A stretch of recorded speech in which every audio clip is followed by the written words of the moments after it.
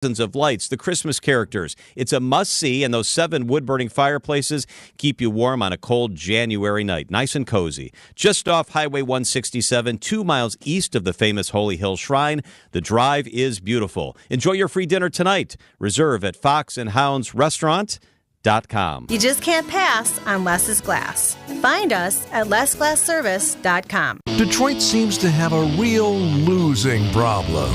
The Bucks will make sure that trend continues. Back to Giannis, sidesteps a couple of defenders and then thumps it down with a jam in the middle of all that defense.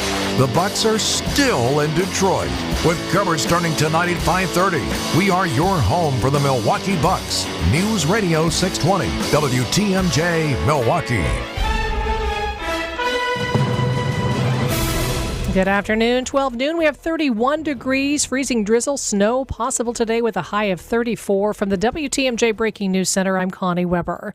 School bus versus SUV near 44th and Congress this morning. First responders say there were kids on the bus, but no injuries reported. Damage is minor.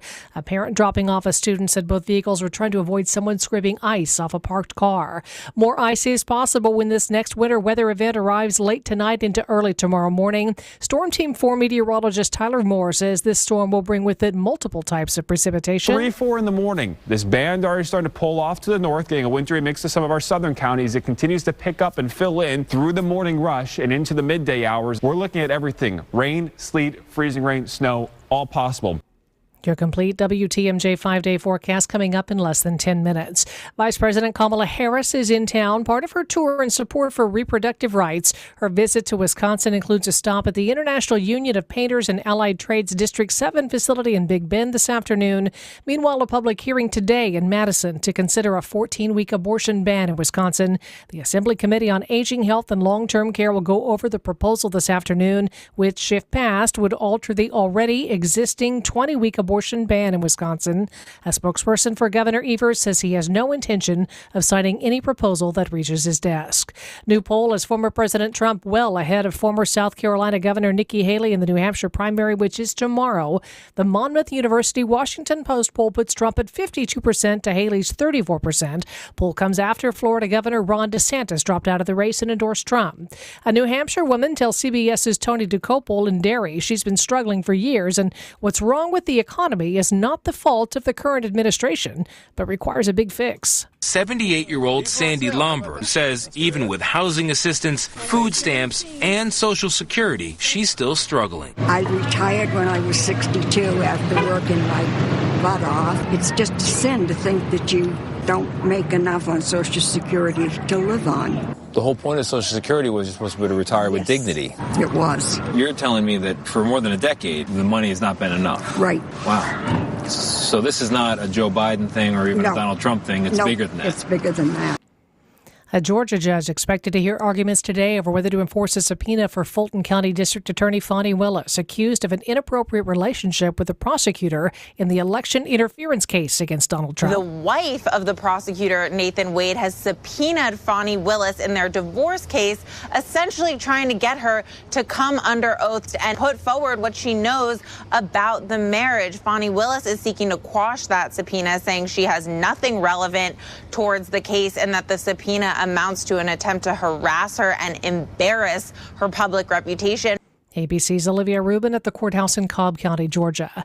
Another Universities of Wisconsin school moving away from in-person classes. UW Green Bay transitioning to all online classes at its Marinette campus after the upcoming spring semester, citing declining enrollment. Chancellor Mike Alexander said in an email to faculty they do plan to proactively rethink our approach, and the campus will remain open for others to use campus facilities.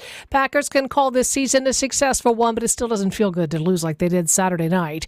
ESPN Milwaukee's Mark Tauscher tells Wisconsin's Morning News the unexpected success makes the loss hurt that much more. The fact that there's a Super Bowl appearance sitting here with all of the youth, that this team was good enough, is a huge attaboy to everybody up in Green Bay, but it's a huge gut punch.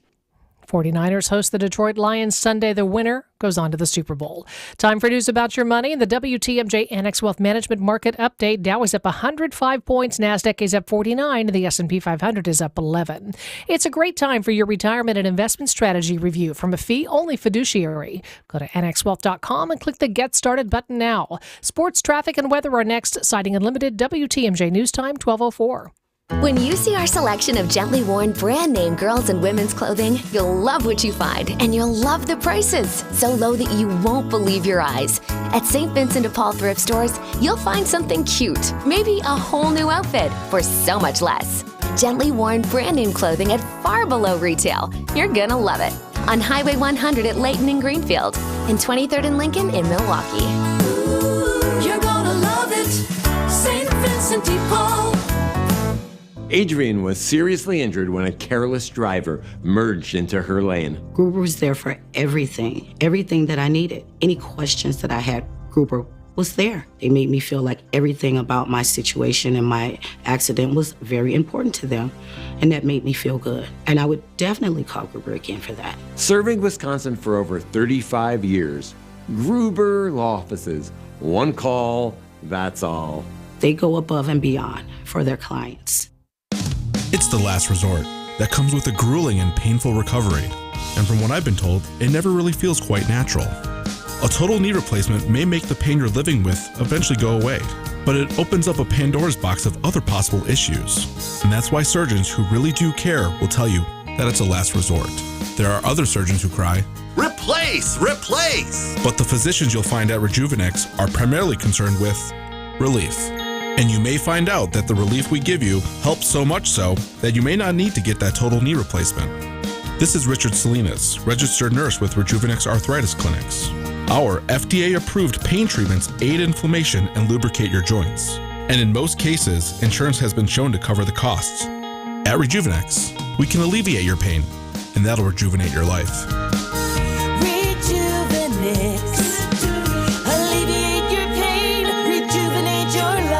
Go to rejuvenex.com to request your appointment. After a thrilling season, the 2023 ride for the Green Bay Packers is officially over following a 24-21 loss in Santa Clara to the San Francisco 49ers. A special team, a special season all over. One of the tough things about the National Football League is that group will never be together again as a team. The 49ers, with the win over Green Bay, will now host the Detroit Lions, who beat Tampa Bay on Sunday for the NFC Championship game next Sunday. On the other side, the AFC Championship game is all set after beating Buffalo by a final score of 27-24 on Sunday night. Patrick Mahomes and the Kansas City Chiefs will travel out to Baltimore to face off with the Ravens next Sunday. And lastly, the 29-13 Milwaukee Bucks back in action tonight in Detroit to take on the Pistons. Tip-off set for 6 p.m. Coverage will begin right here on WTMJ at 5:30. I'm Brandon Snide, WTMJ Sports. Time for a look at your roads with your Johnson & Sons Paving Time Saver traffic. Just a little bit of slowing in the construction zone. I-43 southbound Brown Deer Road to downtown. That's about a 15-minute drive. We had some earlier slowing on I-94 northbound Ryan to Layton. That has been cleared up, and that's about a 6-minute drive this afternoon. Traffic is sponsored by the Amazing Mineshaft Restaurant in downtown Hartford. The successful Fox and Hounds and Mineshaft restaurants are hiring friendly, people-oriented servers. You'll make real cash, full or part-time, and always busy. Inquire today, start next week. Your WTMJ 5-day forecast. Wintry mix possible today and tonight. High today 34, overnight low tonight 31. Maybe up to 2 inches of snow tomorrow. We could get ice tomorrow as well with a high of 36. Scattered rain Wednesday and Thursday. Wednesday 39, 41 on Thursday. Then Friday cloudy skies with a high of 39. Madison 28, Green Bay 27, Milwaukee 31 degrees. I'm Connie Weber, citing Unlimited WTMJ News Time 12:08. It's the middle of the day on WTMJ. Come join the conversation on the WTMJ Talk and Text line at 855-616-1620. Now, here's Tracy Johnson. Good afternoon, Wisconsin. Great to be with you today on this Monday show. I'm Tracy Johnson in this week with Aaron producing till 3 o'clock. For those who don't know me, I spend my time not at the studio as the president and CEO for the Commercial Association of Realtors. So that's why you're going to hear me talk a lot about business and real estate and policy. But of course, all the things that are top of mind. You know, listening to that intro, obviously many people know that as Huey Lewis. And, you know, thinking back to the Packers game this weekend, there is no bigger 49ers fan than Huey Lewis. So please don't hold that against me. If you are a Huey Lewis fan too, you know that on his album Sports. And then for his song Couple Days Off, he recruited a bunch of 49ers to be a part of that. So that was little Huey Lewis trivia for you today. So Monday shows, as I mentioned to Steve, it's like drinking from a fire hydrant, fire hose. There's so much to get to, obviously because of all the news from over the weekend. But sometimes you just have too much to cover, especially if you want to hear from the great listeners. Speaking of which, if you want to weigh in, what's on your mind? What are you thinking about today? 855-616-1620. That's the WTMJ talk and text line. I was talking to a friend about that, about, you know, calling in and texting in. I said, do you ever call into a radio show, or do you ever text? And, you know, overwhelmingly, my friends say no. I have one friend who does. She's definitely a regular caller on talk radio, but a lot of people just don't. But, you know, I think the volume here, there's a lot of great feedback, a lot of great interaction. We have some regulars, we have new people. So don't be afraid. I'm really nice. I promise I'm really nice. 855-616-1620. So we'll ask for your feedback throughout the day. So where do we start? Is it Ron DeSantis dropping out of the race for president? Is it the 51st anniversary of Roe v. Wade? Is it that Vice President Harris is in town? Is it that we're going to have rain this week instead of snow? Or that we have a pretty awesome story to tell in Green Bay with our young Packers team? Wow, lots to get to. Not to worry, we are going to cover all of that. And then in the 2 o'clock hour, we welcome Reince Priebus, chair of the RNC Convention Committee, to talk about the latest in the race for the Republican nominee for president, as well as the upcoming RNC convention. So that interview and that conversation probably looked a little different on Friday when I submitted my questions. So we'll see where that conversation takes us. So before we dive in, though, can I just say how proud I am to be a Packer fan? I will miss basking in the Jordan Love fandom, but everything good does come to an end. I thought the press conference by Matt LaFleur was very heartfelt and well said. We've got this great young team, great talent, nowhere to go but up. We defied all odds. I mean, it was so much fun. And we had such high expectations. I will admit, I was a little heartbroken right after, but that faded quickly. You know, as we realized just how good we have it here in Wisconsin. Even Brett Favre weighed in. He said, quote, "I am sure I speak for all Packers fans when I say we are very proud of you and can't wait to see what the future holds. Lots to be excited about.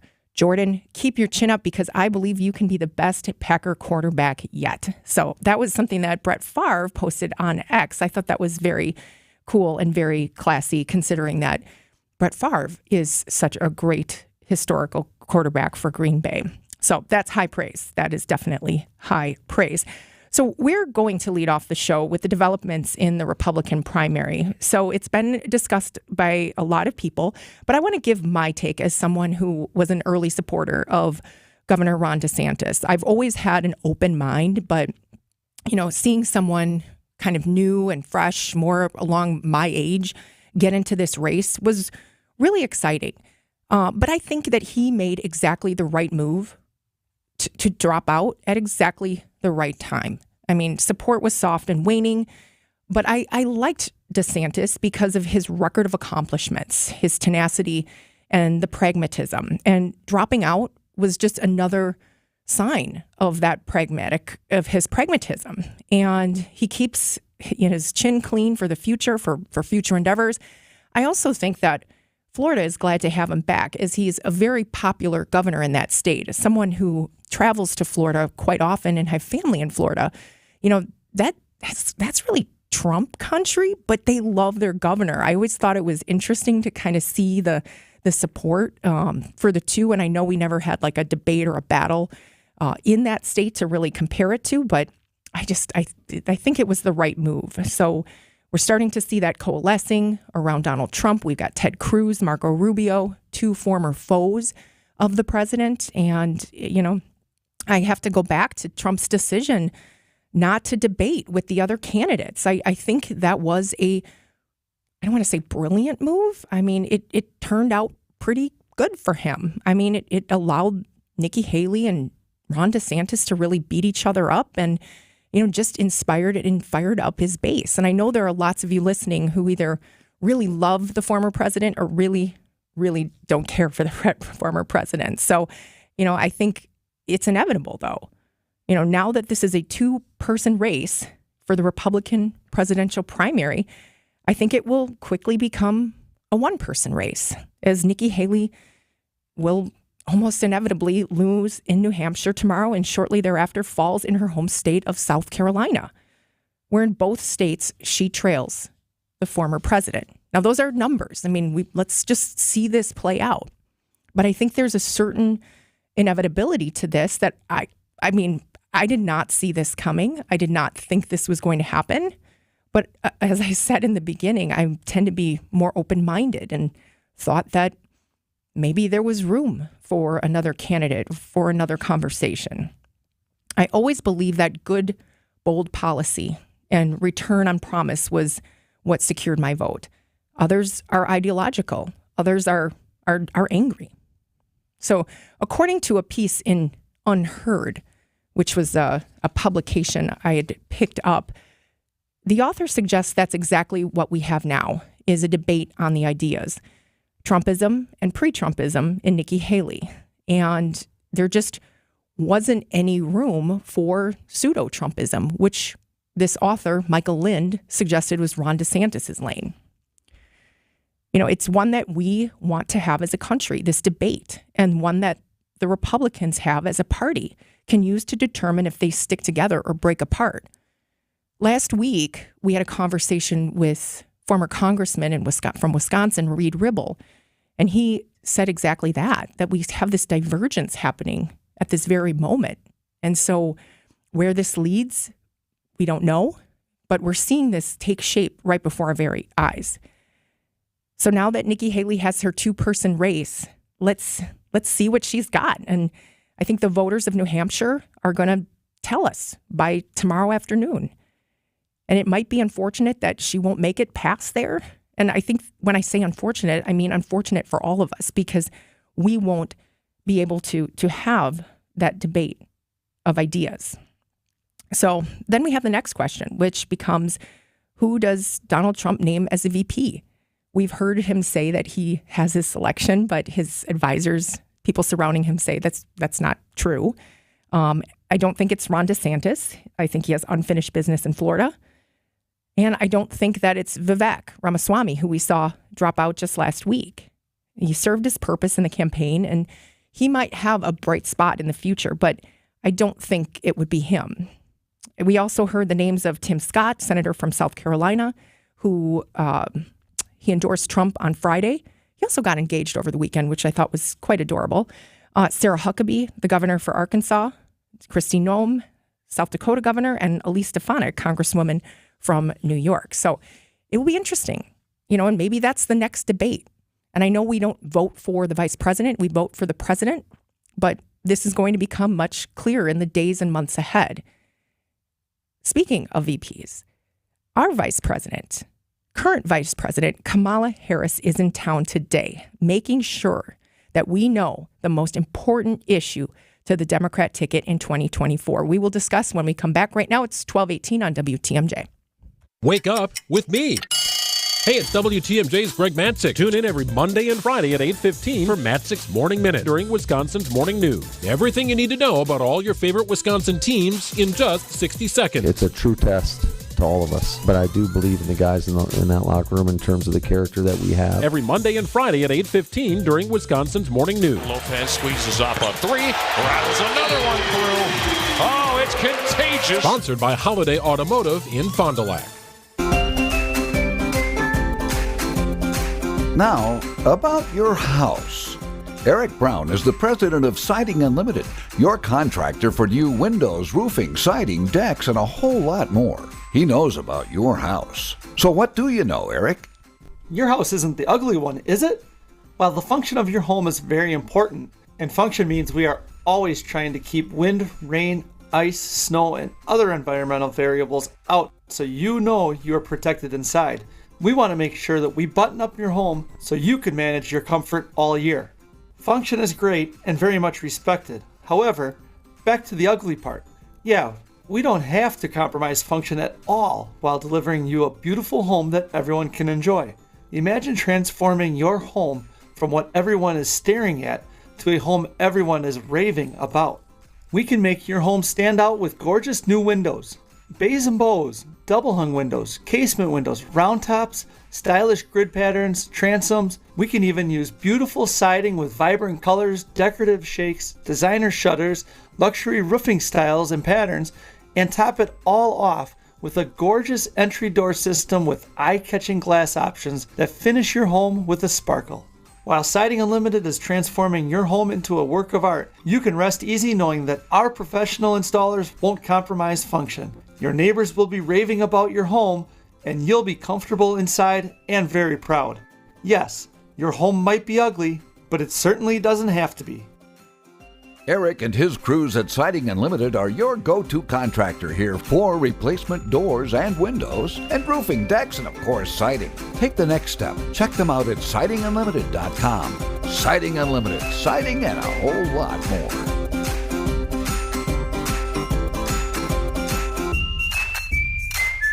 And enduring. I went home one day and I said, well, why are conservatives bad, Mommy? Because I thought we were supposed to conserve things. Everything is in context. My mother she would give us a hard time sometimes, and she would say to us, I don't know what's wrong with you young people. You think you just fell out of a coconut tree? You exist in the context.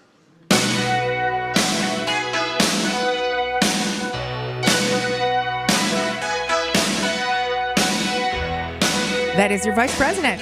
And she is here in Milwaukee. I believe wheels touch down at 10:30. She's heading out to a campaign right now. The Democrat campaigning for president in Wisconsin starts now. And they are using today, January 22nd. January 22nd, which in 1973 was the day that Roe versus Wade was decided. As we all know, 49 years after it was decided, it was overturned, and they created the best possible issue for the Democrats to campaign on. And they're going to capitalize on it in states like Wisconsin, that is right now grappling with the creation of legislation around abortion. Last Friday, we saw members of the Wisconsin GOP introduce a measure to restrict abortion after 14 weeks. Which is actually in the second trimester. For those of you who are paying attention to the data, 93% of abortions are performed in the first 13 weeks.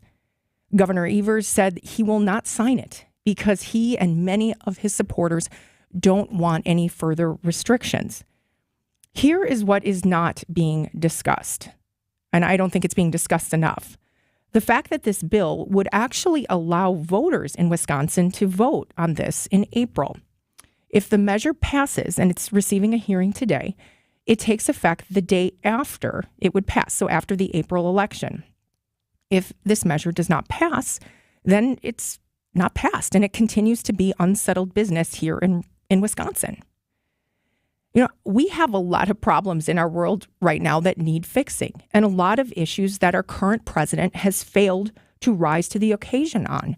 Immigration, the economy, violence in our cities, energy. So, as we all know, the campaigning starts now. The issue is abortion. So regardless of where you fall on the issue, why do we continue to politicize this like we do with marijuana or immigration? I am pro-life, but understand that because this is political rather than practical, that stance can't prevail. And I appreciate and understand any discussion beyond that. According to Gallup, there's overwhelming support for some sort of abortion limits, but it varies depending on the different stages of pregnancy.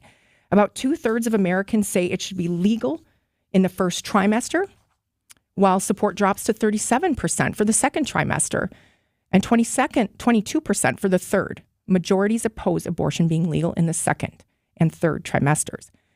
So the GOP put forth a proposal that solves for concerns about the health of the mother, rape, and incest, while also recognizing that life matters too. Current law in Wisconsin allows for abortions up to 22 weeks for moms out there that is really pregnant. Even though that would be rare, why does this need to be the number? And is there a number? And can we put it to the voters? I think that was the headline that was missing from the announcement that came last Friday about this legislation that was being put forward. And if we want to settle it, if we really want to settle it, then let's do that. But nobody is going to get everything they want. And that's what's really frustrating about this as a voter, as a human being, is that there are other issues besides abortion in the way that I vote and want to live my life. But to so many, this issue is the only issue. And so I understand single issue voters. I mean, again, I can empathize. I will see your point of view because that's what I do is I understand and I can appreciate. But if we want this to be settled, if we want to come up with a number, if we want to be reasonable, then I don't understand why we can't do this. So it's frustrating for me because I am solutions oriented and we have to start somewhere. With the bill allowing for people to decide, this is very similar to what Ron Johnson had said when he was campaigning last year. And Governor Evers, if I recall, said, yeah, if we could do that. And so now we have a proposal that would allow the voters to settle this. I mentioned that Kamala Harris is in town as we speak in Big Bend at the Painters Union office. My second issue with Kamala Harris on this reproductive rights tour has to do really with her credibility. And if it's a really important issue for the Biden campaign, why do they send their most unpopular vice president in history to out on the trail when she has such a credibility issue? According to analysis by polling website 538 released in December, Harris's net disapproval rating has surged by 7.4% from the beginning of the year. Her approval fell from 41% to 36%. So, bottom line, this issue isn't going away. And if you want to make some progress, then send somebody credible out to make this announcement. And, this is where we all lose when it's political, not practical. And there's really nothing more to it. So Vice President Harris in Wisconsin today promoting what could be the Democratic platform for the 2024 presidential election. More when we come back. Be our eyes on the road. See something out there that I should know about? Hi there. I was trying to report a traffic accident for your traffic reporter, Debbie Lazica. Call me, Debbie Lazica, at thehallmazda.com traffic tip line at 414-238-9329. Hi, Debbie. It's Michael. Eastbound 894, and there's the fender bender, and these guys are blocking the right lane. The drive affects you. Why not be part of it? Give me a call, 414-238-9329. Paved trails run through the campus. The trails are kept open year-round. We have deer, black squirrels, ducks, geese. It's just perfect.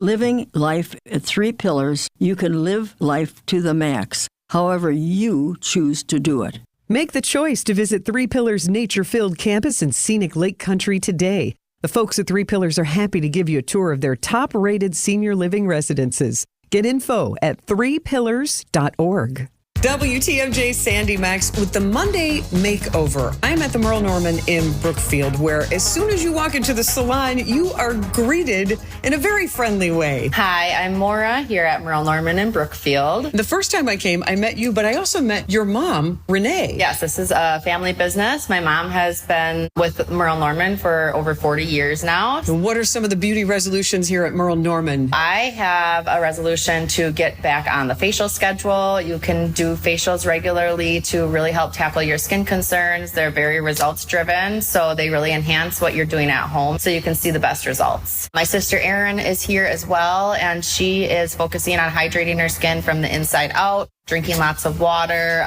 protecting her moisture barrier, and using SPF is super important. Even in the middle of winter, keep that SPF on. Thanks for joining the Monday Makeover, Maura. Call Merle Norman at 262-782-4406 or book online at mnsalonbrookfield.com. WTMJ's Vince Vitrano for Orthopedic Associates of Wisconsin. Injuries happen, but you don't have to play in pain or stay on the sidelines. Whether it's your kids dealing with a sports injury, college athletes, or the rest of us weekend warriors, the experts at Orthopedic Associates of Wisconsin will quickly diagnose your problem, lay out a treatment plan that works for you, and get you back in the game. They fixed my knee. My mother-in-law is back on the dance floor with a new hip. These are the experts you can trust. Visit orthowisconsin.com.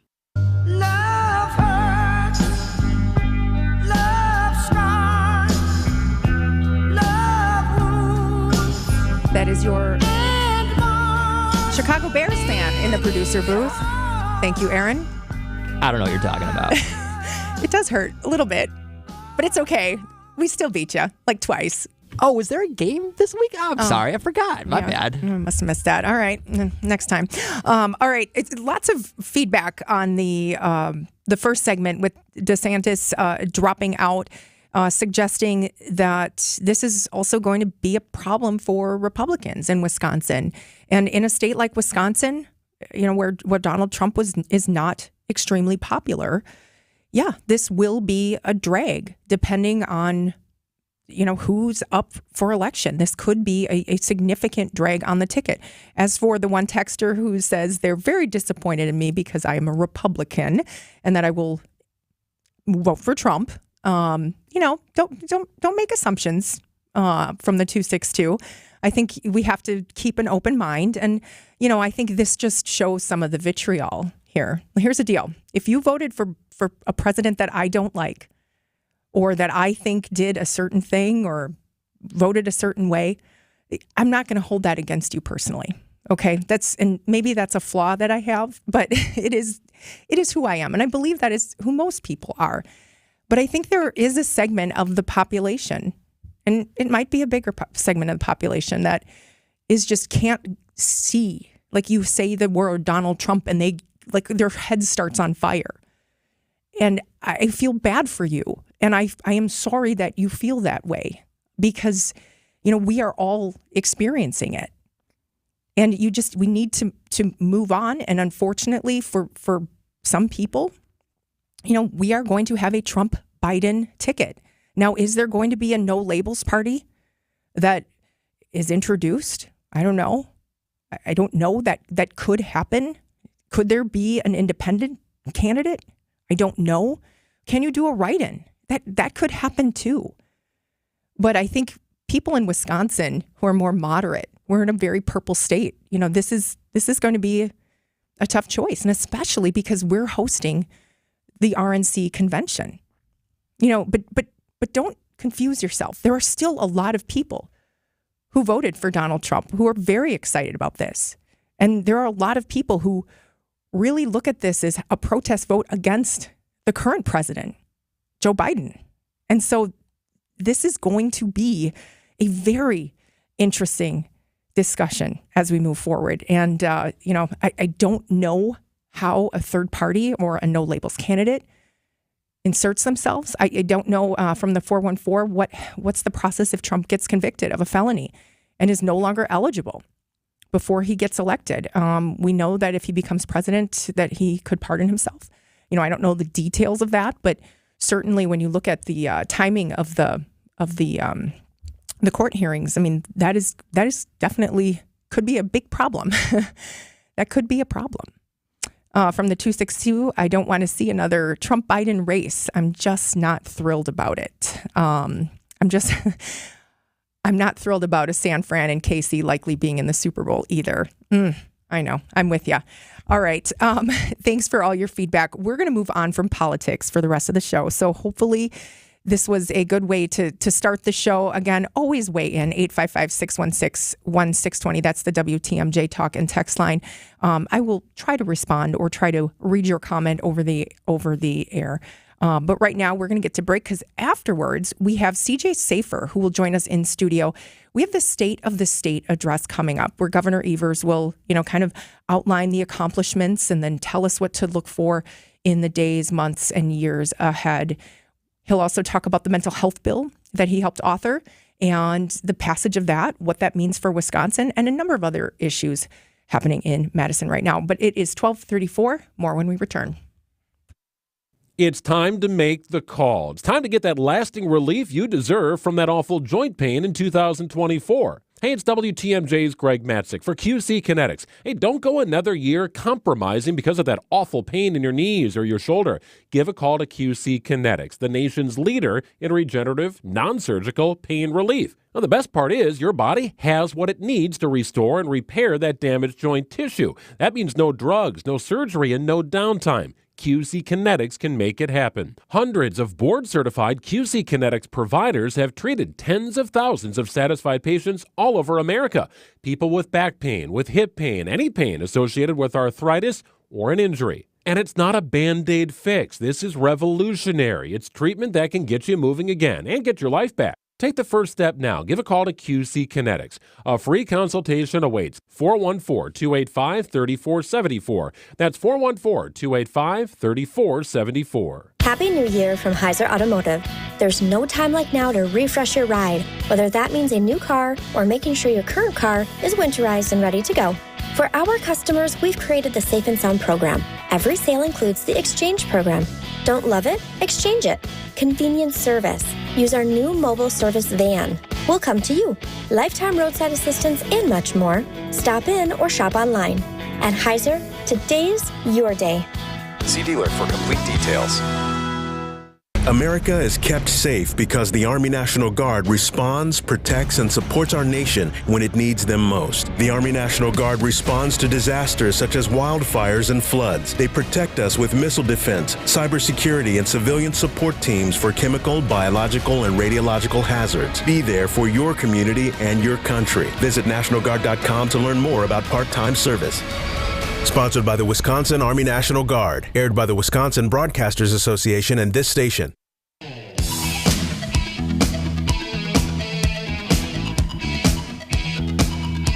Welcome back to this Monday edition of the Mid-Afternoon Show. I'm your host, Tracy Johnson, in the studio with CJ Safer. He's the president and CEO for the Institute for Reforming Government. He has joined us for the last couple of Monday shows, and he's accompanied by his daughter, Nadia, once again, who's off of school. So there's lots of parents with kids off of school once again.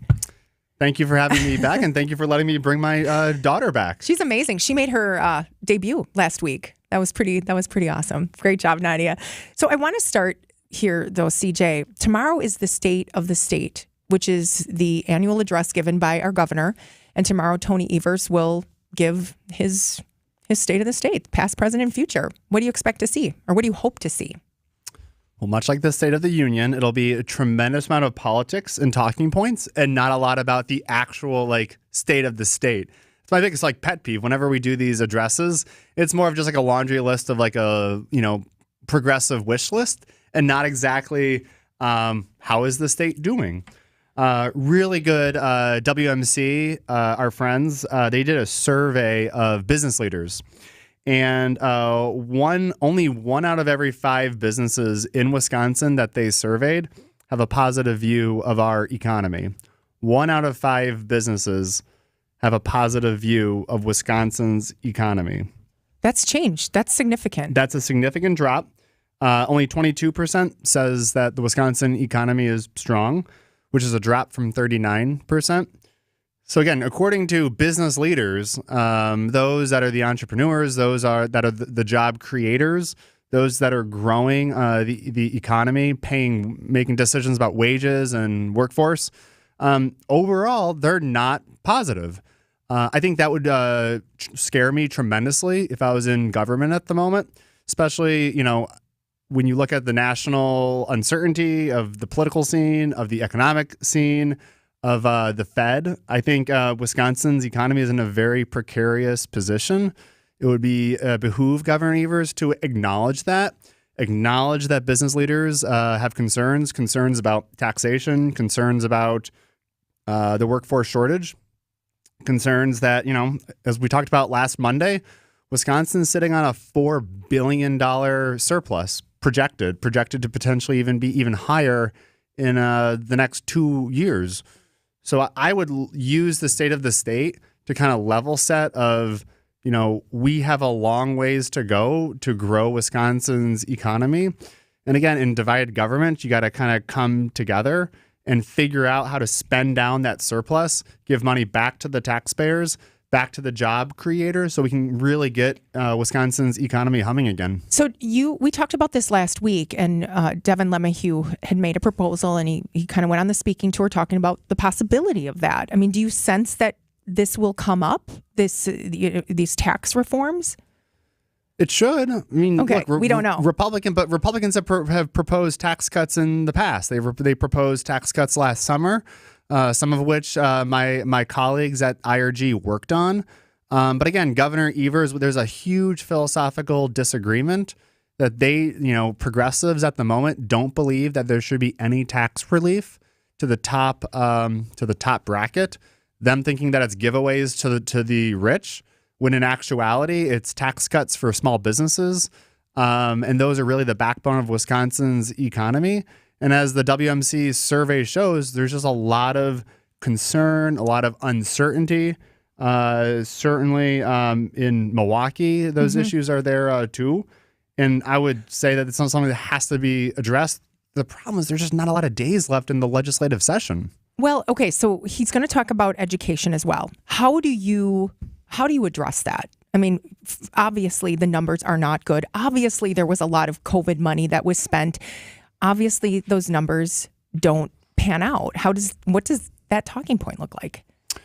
Well, the good is that, Governor Evers could tout working together with Republicans over the summer to pass funding increases, which his side will like for public schools. Republicans will love that the funding increases also went to charter schools and also went to private schools in the Milwaukee Parental Choice program. Mm-hmm. So there is something that they can tout there. But when you actually look at the state of Wisconsin's K-12 schools as they exist today, they are not very good. We have rural schools, urban schools, all of which have some of the lowest reading proficiency scores in the country. I mean, Milwaukee reading, we are now behind Chicago. We're now neck and neck with Detroit for the worst urban school district in the nation. We are, becoming over 1 to 2 years behind, places like Mississippi. And it's all because, we have not really prioritized reading. We have not prioritized academic proficiency. It would be really good. I know our team would love if Governor Evers at tomorrow's State of the State actually acknowledged the weaknesses in our K-12 education system and laid out a roadmap of how to fix it. Well, and we obviously know the problems, and groups like yours can actually make recommendations on what those solutions might be. And as we all know from past experience, throwing more money at it does absolutely nothing. Just throwing money at the schools, at the teachers, at everything. So what are some substantive solutions that he could lay out? Well, Governor Evers should acknowledge that our schools, we do get a lot of funding, right? And this has been an issue in the last 10 years where we've continually increased per pupil spending. Governor Evers could celebrate, which we'll discuss later. This week is National School Choice Week. Mm-hmm. He could celebrate that we have a lot of educational freedom and a lot of ability to give parents options to send their kids to the school of their choosing.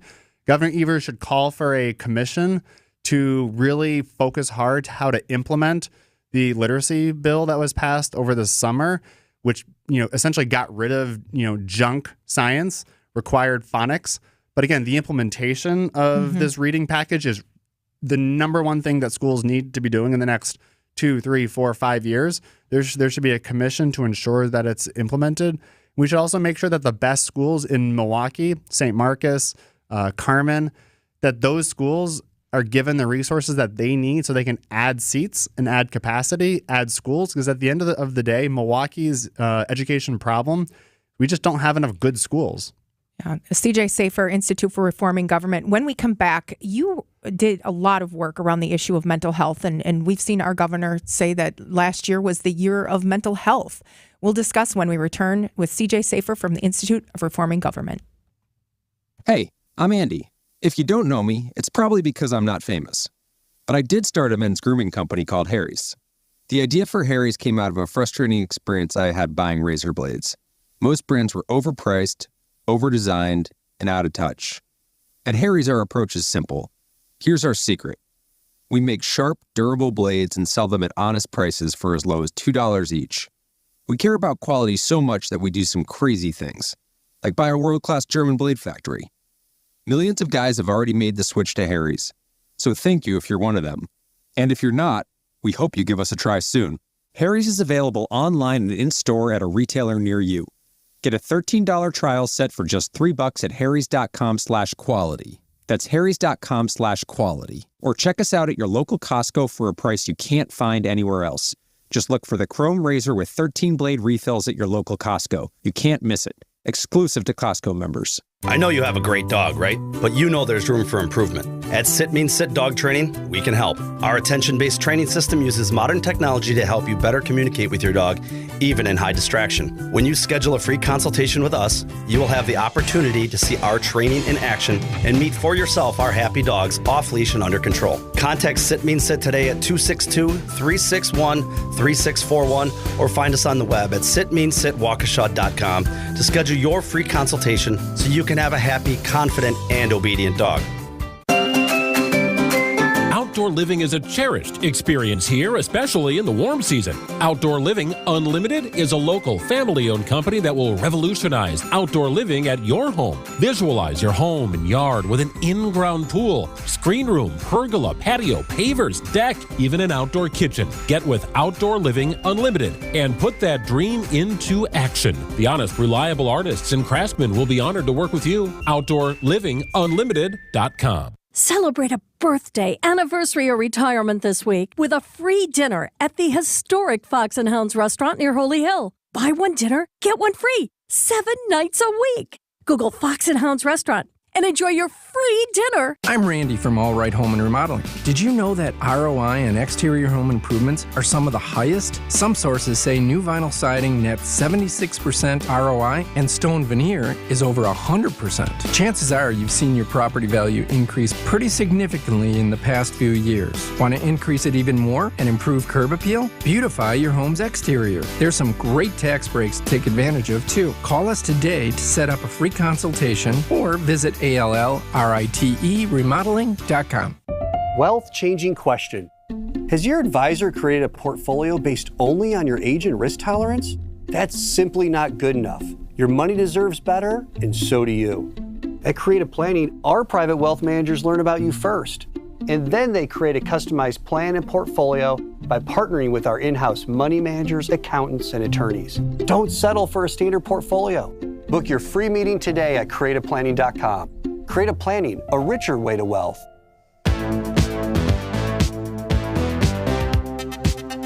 Welcome back on WTMJ. I am Tracy Johnson with CJ Safer from the IRG. Can we just call it IRG from now? Institute for Reforming Government. All right, that's too many syllables.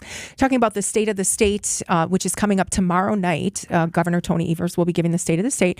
One of the very important components and that we expect to see is a conversation around mental health. Your organization, you particularly, have been very busy working on not only legislation being introduced, but also being passed and signed into law, correct?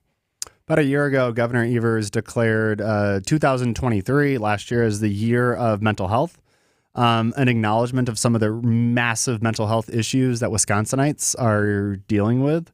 And look, I mean, there's real problems, and there's a number of reasons for them. We don't have enough time to discuss why, but there's a number of institutional forces. COVID, the number one contributor to it. Just COVID itself, school closures, business closures, just a lot of people dealing with very significant mental health issues. We've, there was a recent study that showed that 50% of all K-12 students have reported at least, some mental health issue in the past year. 26%, about 1 out of every 4 adults have reported at least 5 days of mental health issues in the last year.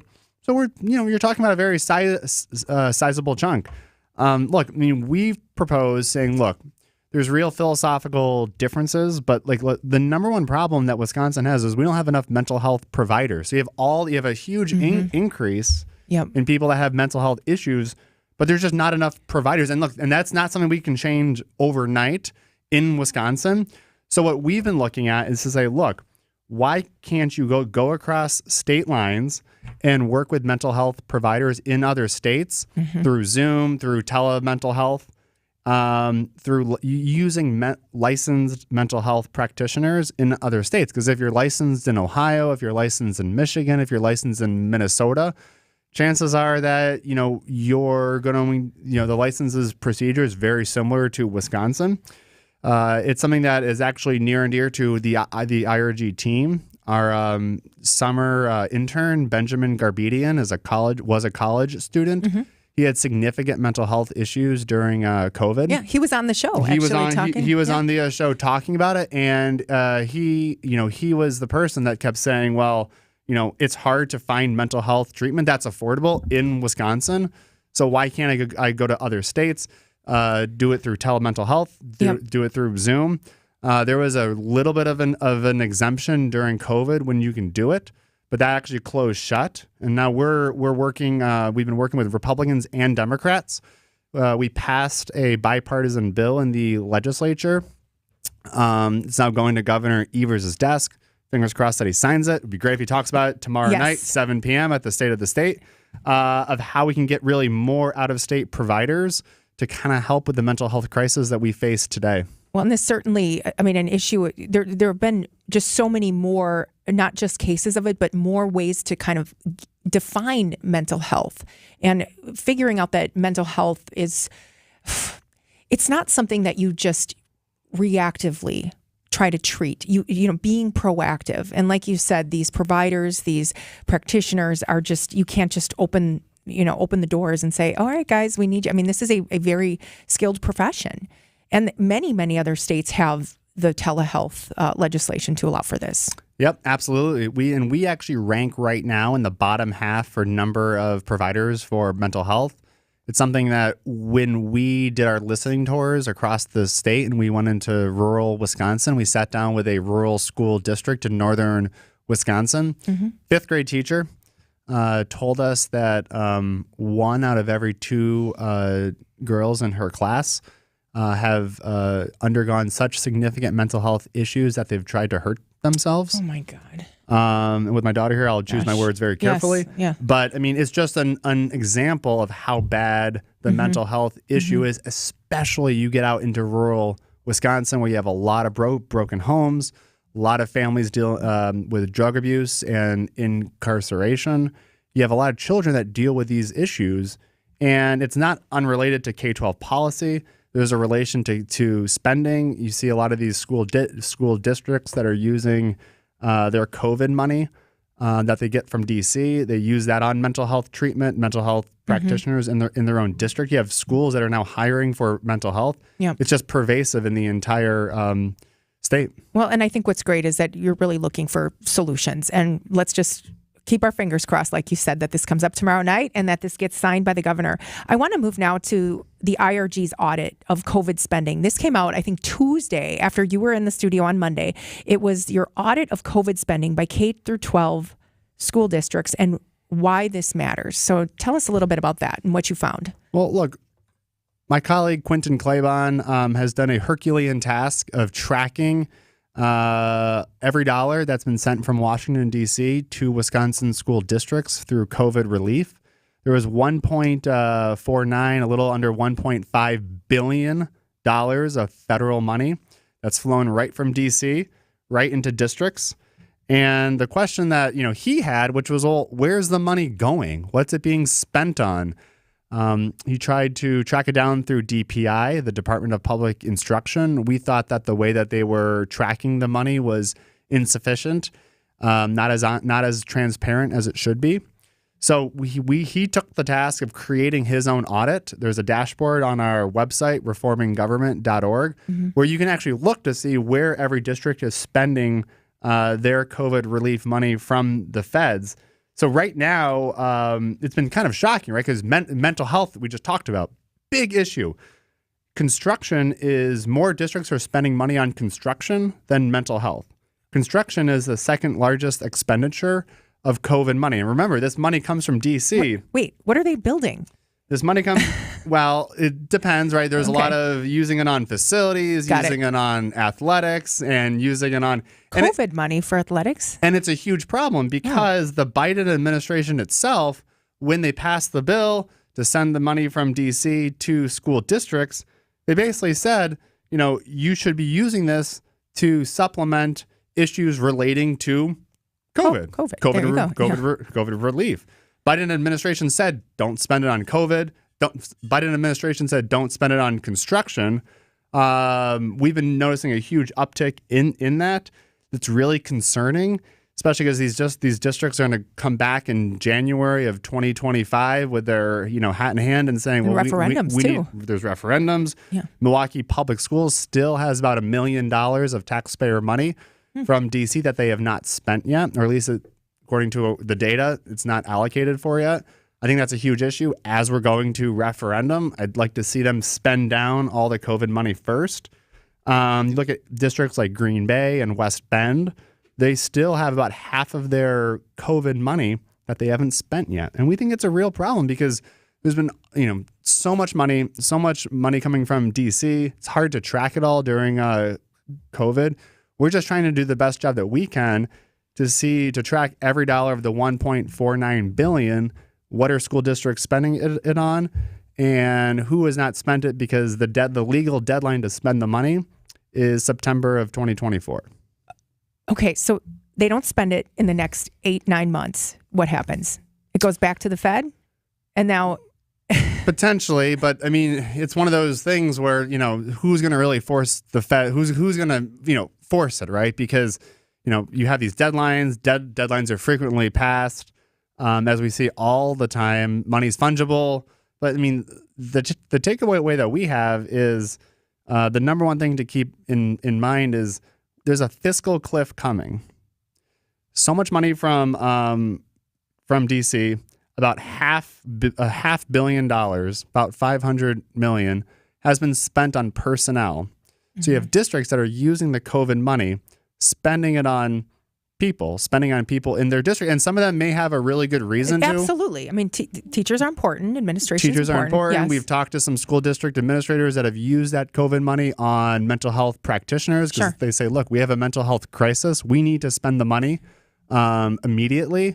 But at the same time, that COVID money is going away. They're not going to get more of it. It's a one-time thing to deal with COVID. It's going to be a really big public policy concern, probably starting in the next state budget, 2025, which is they're going to want the state, I would assume, they're going to want the state to complement and supplement the COVID money. That's fascinating. So where can we find that? Reforminggovernment.org, and it's a drop-down tool? Yep. Fascinating. All right, CJ Safer from the Institute for Reforming Government. I'm Tracy Johnson. It's 12:57. We'll be back with more. No time to waste. Let's put the pedal to the metal. Here's another pull-up three from Lillard, and he splashes it through. Giannis sees the one-on-one, spins around his man, and then flushes it through with a big swooping right-hand jam. The Bucks head to the Motor City to take on the Pistons. Taken by Giannis. He's racing the other way.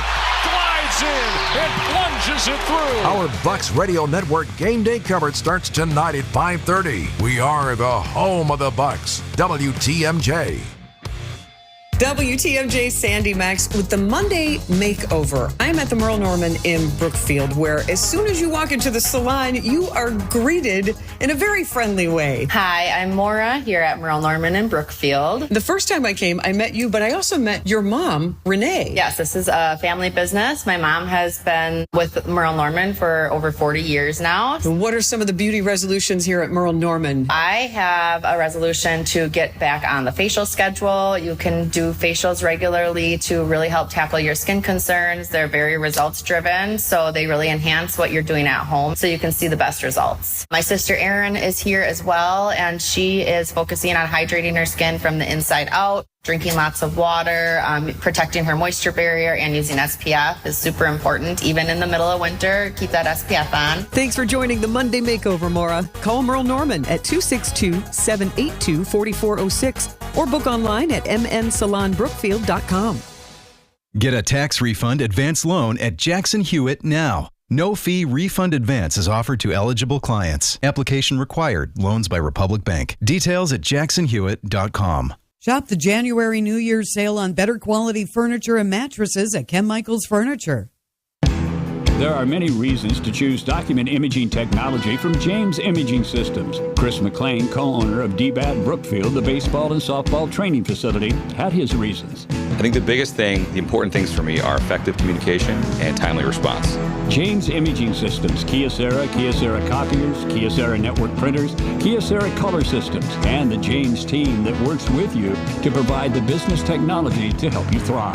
Honestly, Candy had a lot to do with it. Candy, your James Imaging Systems sales representative. Candy built great rapport with our general manager right out of the gate. It helps that they're a local business. We're a local business as well. James Imaging Systems, effective communication and local responsiveness. They're a partner. James Imaging is a partner, not a vendor. Kyocera from James Imaging Systems. Call 262-781-7700 or visit jamesimaging.com. James Imaging Systems, your local business technology partner. This is Brad Youngbluth with Semper Fi Roofing and Exteriors, your local, veteran-owned and operated exterior remodeling company. The Energy Star ratings for windows are getting a lot tougher to get the tax credit, so you're going to want to take advantage of. Fortunately, we still have options that will qualify you for those tax credits. Now, I can sit here and talk benefits of this product or what's great about that product. So can everybody else. But what a lot of operations can't do is, with complete confidence, stand behind the crew that's going to be on that next job. Talk is cheap, I get it, but our people are exceptional. How do I know? Because me and Vito handpick every single person that makes our team. Some make the cut, a lot don't. And that's why you can be confident that the windows we install for you will be top quality, installed right, and that you're going to get great service. And that's never failed us. So for your home's new windows, you can count on Semper Fi to keep you safe, warm, and dry. We keep you safe, warm, and dry. Semper Fi! WTMJ, W277CV, and WKTI HD2 Milwaukee from the Annex Wealth Management Studios. This is News Radio WTMJ, a Good Karma brand station. Detroit seems to have a real losing problem. The Bucks will make sure that trend continues. Back to Giannis, sidesteps a couple defenders and then thumps it down with a jam in the middle of all that defense. The Bucks are still in Detroit with coverage starting tonight at 5:30. We are your home for the Milwaukee Bucks. News Radio 620 WTMJ Milwaukee.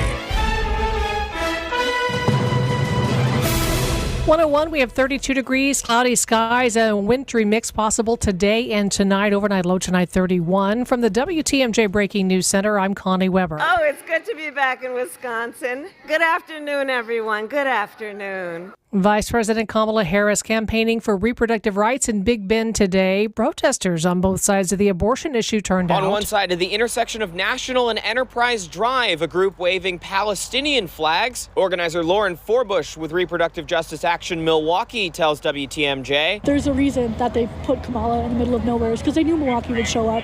They knew that we would show up and protest and call for a ceasefire, to call her out on her hypocrisy. A gathering of pro-life protesters standing opposite them. But President of Simply Pro-Life, Hope Miller, says they aren't there to counter-protest. Anyone besides Kamala, she's the one who needs to understand that reproductive rights don't include the killing of an unborn child. In Big Bend, Wyatt Barmore-Pooley, WTMJ News. Vice President Harris isn't the only high-ranking Biden administration official to visit southeast Wisconsin this week. Treasury Secretary Janet Yellen will be in Milwaukee on Friday, touting President Biden's support of unions while also touring the Wisconsin Regional Training Partnership on the city's west side. side. Yellen will also host a roundtable with those leading the organization, as well as Milwaukee County Executive David Crowley. The visit, along with Vice President Harris's stop in the state, marking the heightened interest in Wisconsin by the Democratic Party heading into the 2024 election. Adam Roberts, WTMJ News. GOP presidential hopeful Nikki Haley jamming in as many events as she can today before tomorrow's primary in New Hampshire. She has on her schedule retail stops, a rally and a town hall in Franklin, Concord, Manchester, Windham, and Salem. At her first event of the day in Franklin, she talked about the lack of congressional endorsements and support, especially in her home state of South Carolina. I forced every one of those legislators to pass ethics reform so that we had more transparency of what they were doing.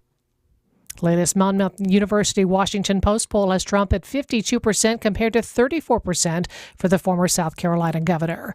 Green Bay Packers season can be deemed a success, according to ESPN Milwaukee's Mark Tauscher, but he admits to Wisconsin's Morning News the loss to the 49ers was a gut punch. We could have done something nobody thought of in this season, which was already special, could have been uber special. That's the part that just stings.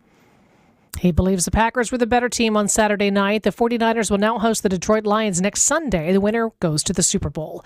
Time for news about your money. The WTMJ Annex Wealth Management Market Update. Dow is up 126 points, NASDAQ up 65, and the S&P 500 is up 15. Annex Comprehensive Wealth, Annex Private Client, Annex Ignite.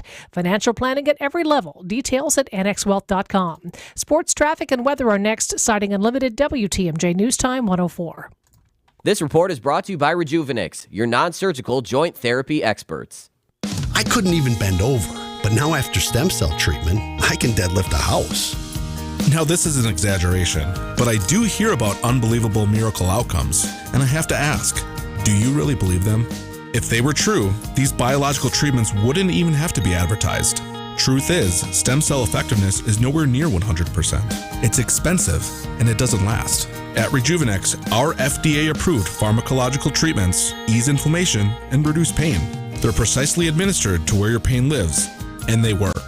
Will the pain reduction last forever? No.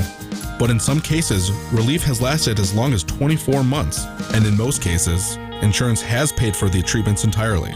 This is Richard Salinas, registered nurse with Rejuvenix Arthritis Clinics, where we can alleviate your pain and rejuvenate your life. Alleviate your pain, rejuvenate your life. Go to rejuvenex.com to request your appointment. Hey, John Mercure here. I'm going on an incredible trip to southern Italy and Sicily. My wife and I would love for you to come with us. October 2024, what an itinerary. A full week in breathtaking Sicily, the stunning seaside towns with their cobblestone piazzas, UNESCO World Heritage Sites, the breathtaking Amalfi Coast in Sorrento, taking the deep blue hues of the Mediterranean, sailing to Positano, plus visit historic Pompeii. Won't you come with us? Let me send you information on this great trip. It's john.mercure at WTMJ.com, john.mercure at WTMJ.com. Lots of food, great wine, time for shopping. It's incredible Italy next fall. I'll send you one of our beautiful brochures if you send me an email. john.mercure at WTMJ.com. We'll also be adding on Rome. I love Rome. Come with us, won't you? October 2024, incredible Italy. Breathtaking and stunning. John.Mercure, MERCURE at WTMJ.com. Come away with me. After a thrilling season, the 2023 ride for the Green Bay Packers is officially over following a 24-21 loss in Santa Clara to the San Francisco 49ers. A special team, a special season all over. One of the tough things about the National Football League is that group will never be together again as a team. The 49ers, with the win over Green Bay, will now host the Detroit Lions, who beat Tampa Bay on Sunday for the NFC Championship game next Sunday. On the other side, the AFC Championship game is all set after beating Buffalo by a final score of 27-24 on Sunday night. Patrick Mahomes and the Kansas City Chiefs will travel out to Baltimore to face off with the Ravens next Sunday. And lastly, the 29-13 Milwaukee Bucks back in action tonight in Detroit to take on the Pistons. Tip-off set for 6 p.m. Coverage will begin right here on WTMJ at 5:30. I'm Brandon Snide, WTMJ Sports. Taking a look at your roads with your Johnson & Sons Paving Time Saver traffic in Waukesha County. There was a crash on the exit to Highway 18 from I-94 West that has been cleared.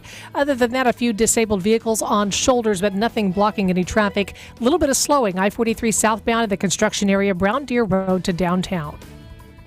Traffic is sponsored by Richlands Tire and Service Center. Richlands Tire and Service Centers. 5 locations and all easy to find. Visit richlands.com when you're due for service. The WTMJ 5-day forecast, chance of snow and freezing drizzle today and tonight. High today 34, overnight low tonight 31. We could get up to 2 inches of snow tomorrow and maybe a glaze of ice with a high 36. Scattered rain Wednesday and Thursday. Wednesday 39, Thursday 41. Cloudy skies on Friday with a high of 39. Madison's at 29, Green Bay 30, Milwaukee 32. I'm Connie Weber, Sighting Unlimited, WTMJ News Time 108. It's the middle of the day on WTMJ. Come join the conversation on the WTMJ Talk and Text line at 855-616-1620. Now, here's Tracy Johnson. Welcome back on WTMJ. It's 108. Thank you for spending your afternoon with us. I asked CJ to stick around because our text line just lit up on his the last segment where he was talking about the COVID spending tool that his organization helped put together to just provide some transparency. Basically, what this does is it audits the COVID spending by K through 12 schools by district to say where did that money go and are they on pace and are they on track to spend all the money by September of 2024. A number of texters suggested that perhaps many projects, if they're construction related, are still being delivered or built, and that the bills have not yet been paid.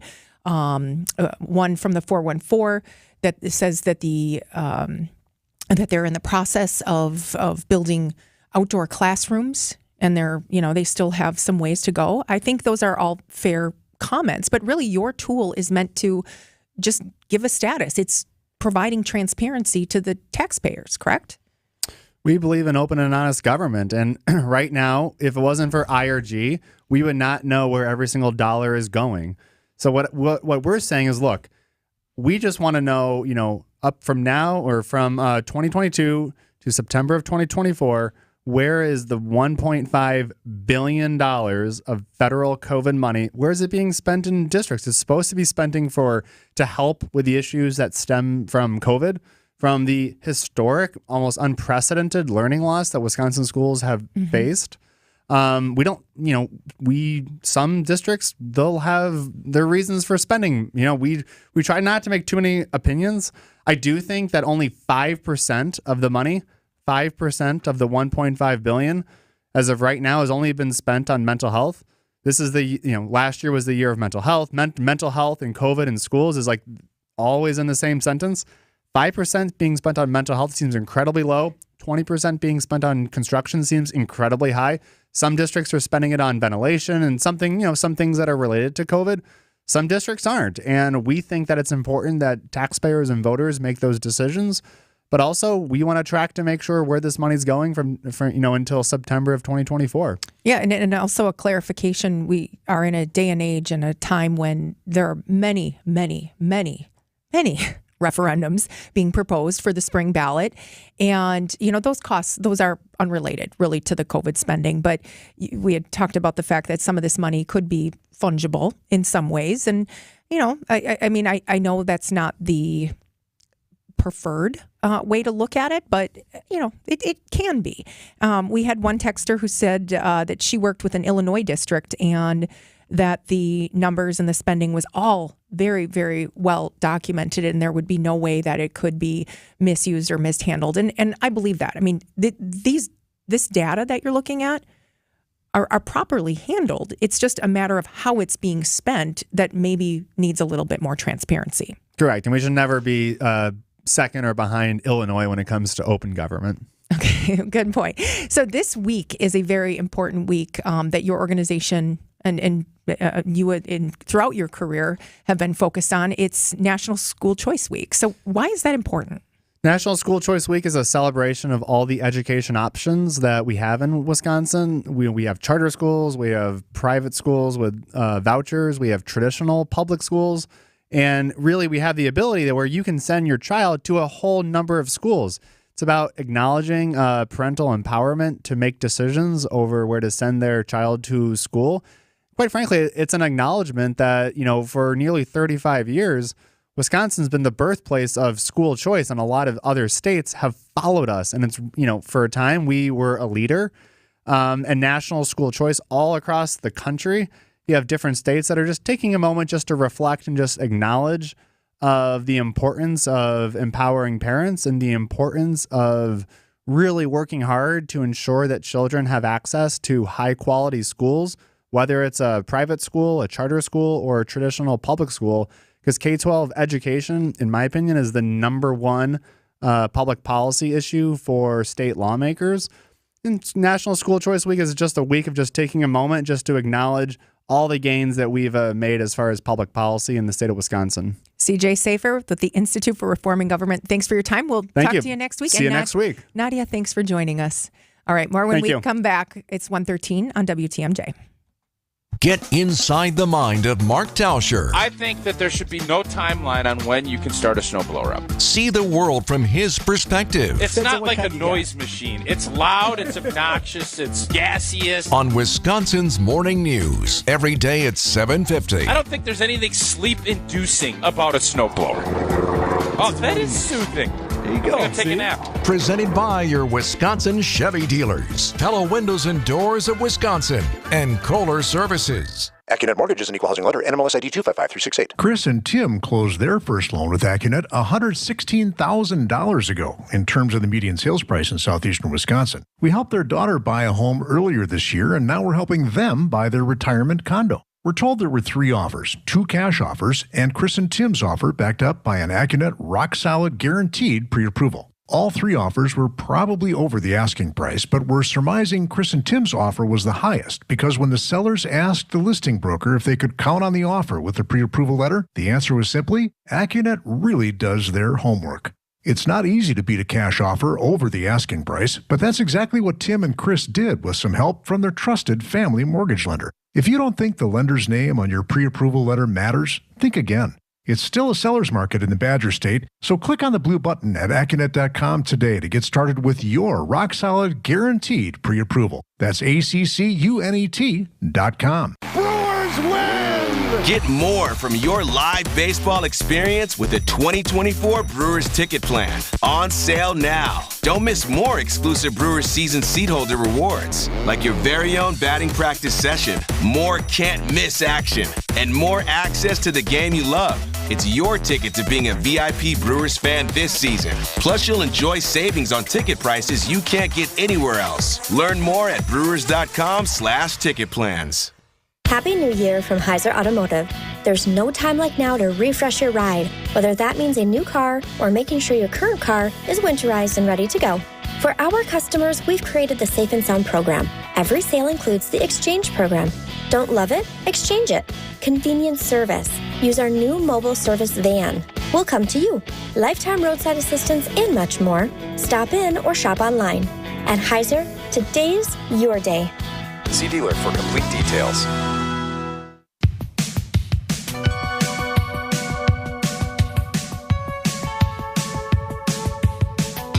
Welcome back on WTMJ.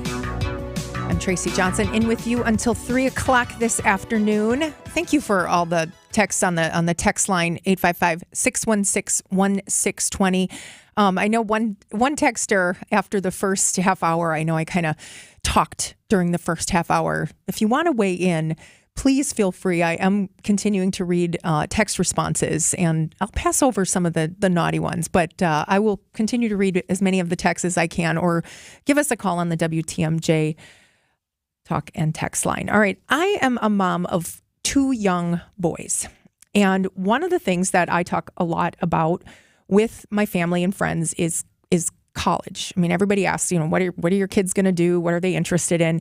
And while my boys are 10 and 13, so you're not necessarily figuring out what their profession is, they do talk about where they want to go to college and if college is a choice.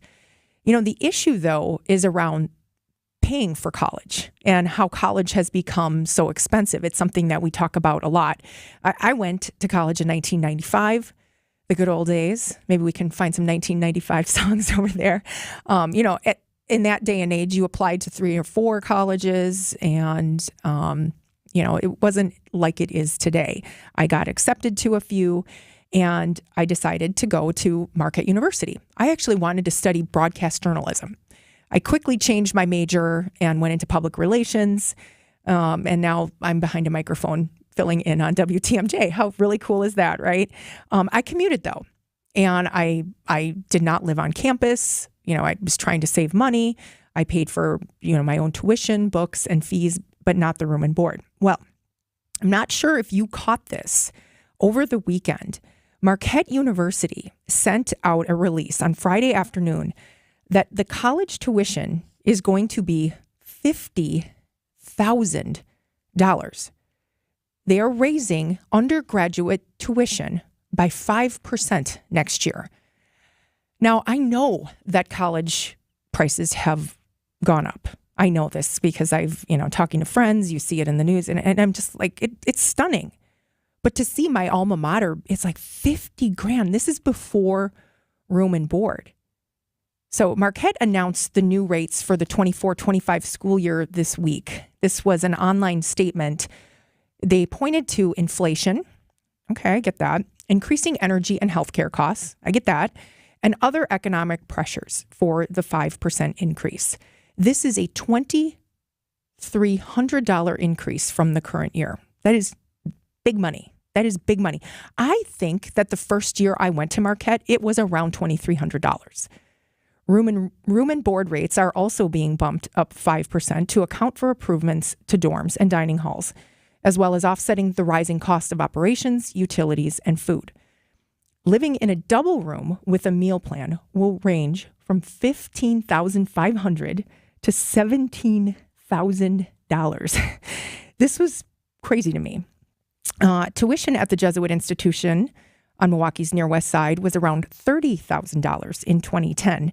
It's increased between 2% and 5% every year over the past 15 years, except for one, which was in 21-22 when they kept it flat for COVID-19. The statement goes on to say that about 99% of undergraduates receive financial aid in the form of scholarships, grants, loans, and or student employment. Marquette will provide more than $180 million in financial aid support this year. It goes on to say that at least 3 other private universities in Wisconsin already charge tuition rates of $50,000. That's Beloit, Ripon, and Lawrence University. Marquette's average net price has not increased at the same rate. It states here, too, that UW-Madison raised its price this year to $9,600 for in-state students and $39,000 for out-of-state students. Business, engineering, and nursing students pay additional fees. So I read this and I thought, wow, those were fun conversations to have with my friends about the kids going to school. $250,000 at the end of this. And it just made me think, like, for 4 or 5 years, is this really going to change how people think about sending their kids to college? 855-616-1620. That's the WTMJ talk and text line.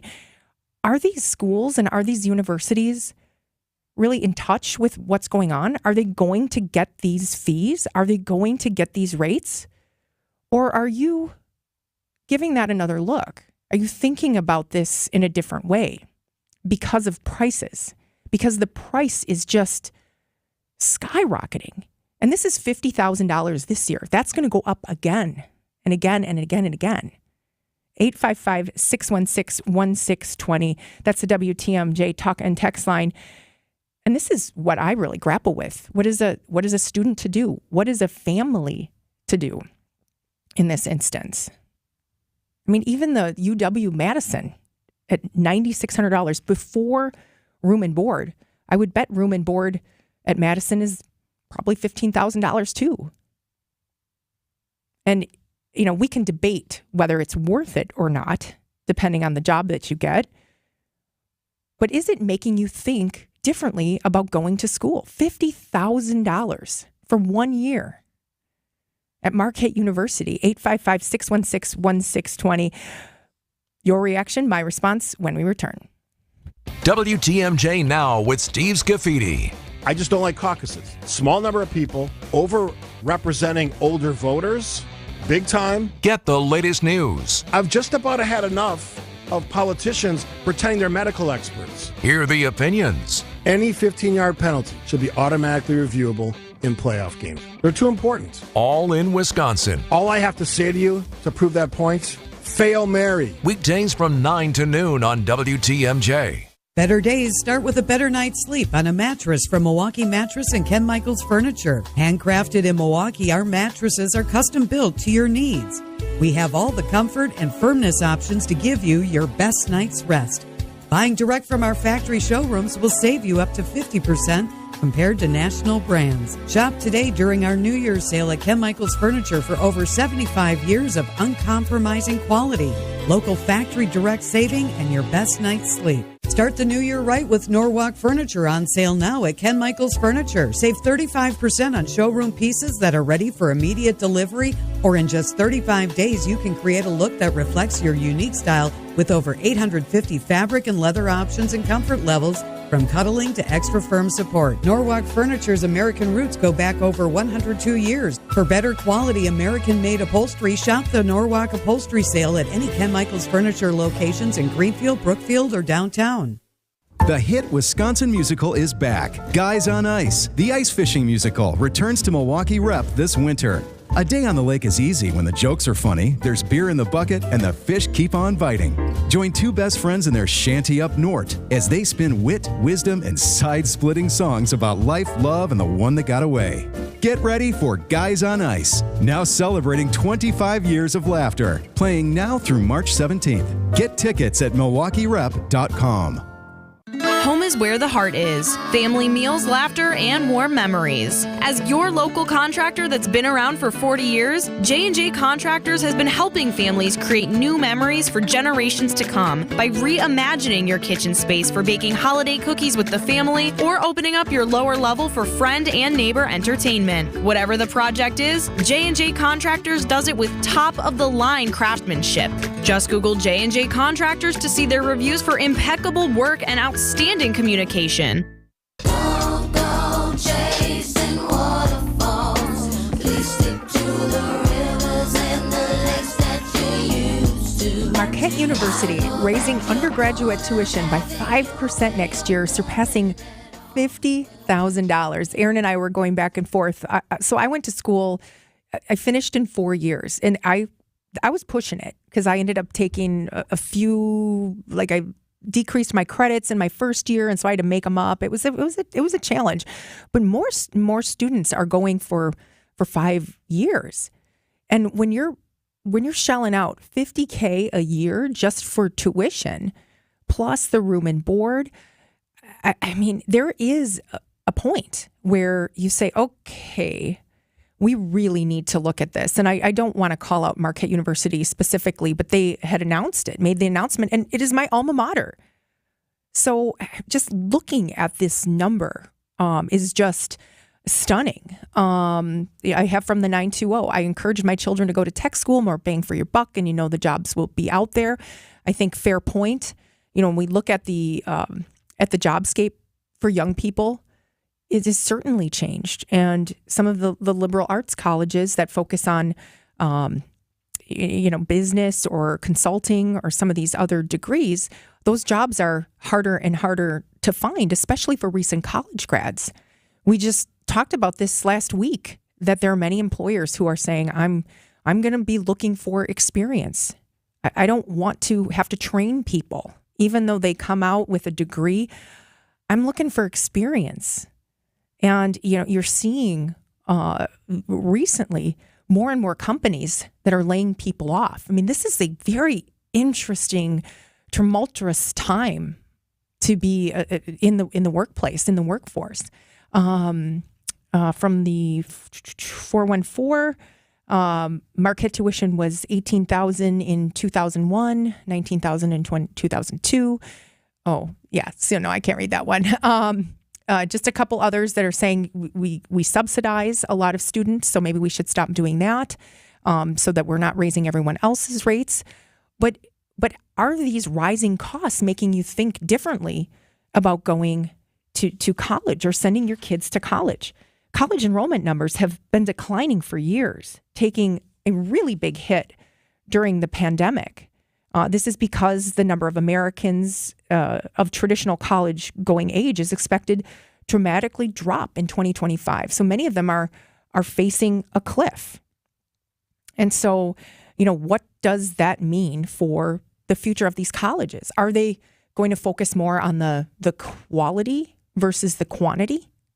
I mean, right now, Marquette University has 18,000 students. If that number were to fall off to 15,000, I mean, you've got so much overhead to pay for. And with it, to have the breadth of the teaching degrees, I mean, these are real concerns.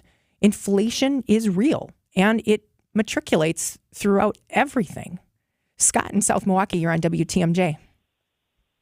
Hi, Tracy. Yeah, on this topic, I'll just start off by saying that a couple of years ago, I was down in Arizona, and we were near the Arizona State University campus, and I was talking with somebody, over a drink, at a pub, This guy was at a bar down there near campus, and this guy was telling me about the dollars, that Arizona State University is investing in their dorms and also in their athletic facilities for student recreation, and he basically said that the accommodation that they're providing students, in these facilities, are better, than what you get, at a 5-star hotel. And that's, when I heard that, that's like compared to my UW Whitewater days. Yeah. When I stayed in the dorms, we weren't staying in 5-star accommodations. Those are bare bones. In general, on your main question here, again, the parents of high school kids who I know in a high school, like high schoolers, in general, who I talk to, I think a lot of them are being more cautious in terms of if they want to go the apprenticeship route, or if they want to go the 2-year technical school route, or if they want to go the community college route, to get their prereqs taken care of. But I do think that there is a certain percentage, of students and families who have the means, that if the student is qualified, to get into a Marquette University, and they want to pursue and they know they want to pursue a degree that requires a 4-year bachelor's degree, that they're just going to pay it regardless, because they know what's required to get into those fields. Yeah. Thank you for the call, Scott. I think he makes some good points about the tuition, the room and board costs also increasing. I mean, we all know that there are rising costs of operations, utilities, food, but some of these campuses have just gorgeous dorms. And I think a lot of colleges will use that as a kind of way to attract people. Because, that's, you don't want to, and you don't want to slum it, right, when you're living on campus. I unfortunately did not know what that was like, because I was a commuter. I got to hang out in the commuters lounge. My husband still makes fun of me for that. But anyway, I saved a lot of money doing that and met a lot of interesting people. Talking about the increase in college tuition and the inevitable decline in the number of students who will be going to college just based on demographics alone. The number of young Americans is declining. The fewer international students are studying in the United States. In addition to the decline of immigration, this is a real issue for colleges. The international student programs, so those are declining. We're going to continue to see declines there. Strong economies can inspire young people to enter the workforce early. We talked a lot about the tech jobs, and we talked about a lot of the trades. If you can leave high school and go make $40,000 a year instead of spend $40,000 a year, if you're really smart and extrapolating that out, you're going to come up with an equation that either works for you or doesn't work for you. I spent my first job, my career, working with the trades. I worked for an association of plumbing contractors, and I saw it all the time, talking about building a career in the trades, in plumbing, in sheet metal, air conditioning, sprinkler fitting. Those are real opportunities, and there's always going to be a need for that. Who do you think builds these facilities that these campuses and colleges are investing in. It's the trades. All right, more when we come back, but stunning numbers to see out of my alma mater. $50,000 a year. All right, it's 1:33 on WTMJ.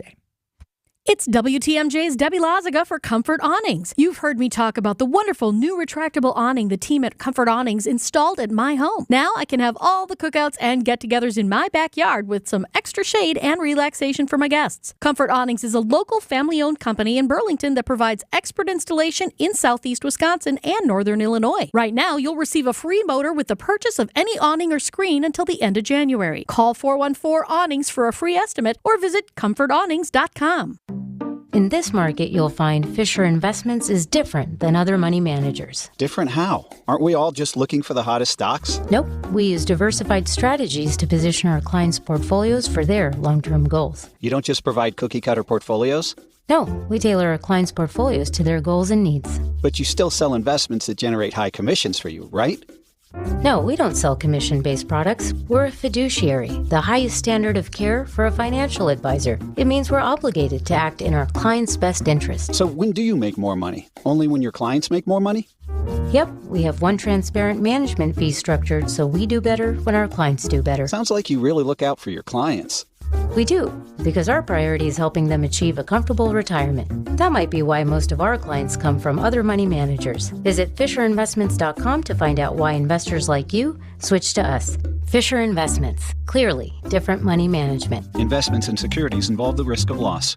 You want to feel important. You want to be a part of something bigger, something that matters and can help change things. You want to feel like you belong. We know. We felt that way too. And that's why we did something about it. We aren't just Army National Guard soldiers. We are normal people just like you. And together, we can make a difference. Take on your legacy. Visit NationalGuard.com to find out more. Sponsored by the Wisconsin Army National Guard. Aired by the Wisconsin Broadcasters Association and this station.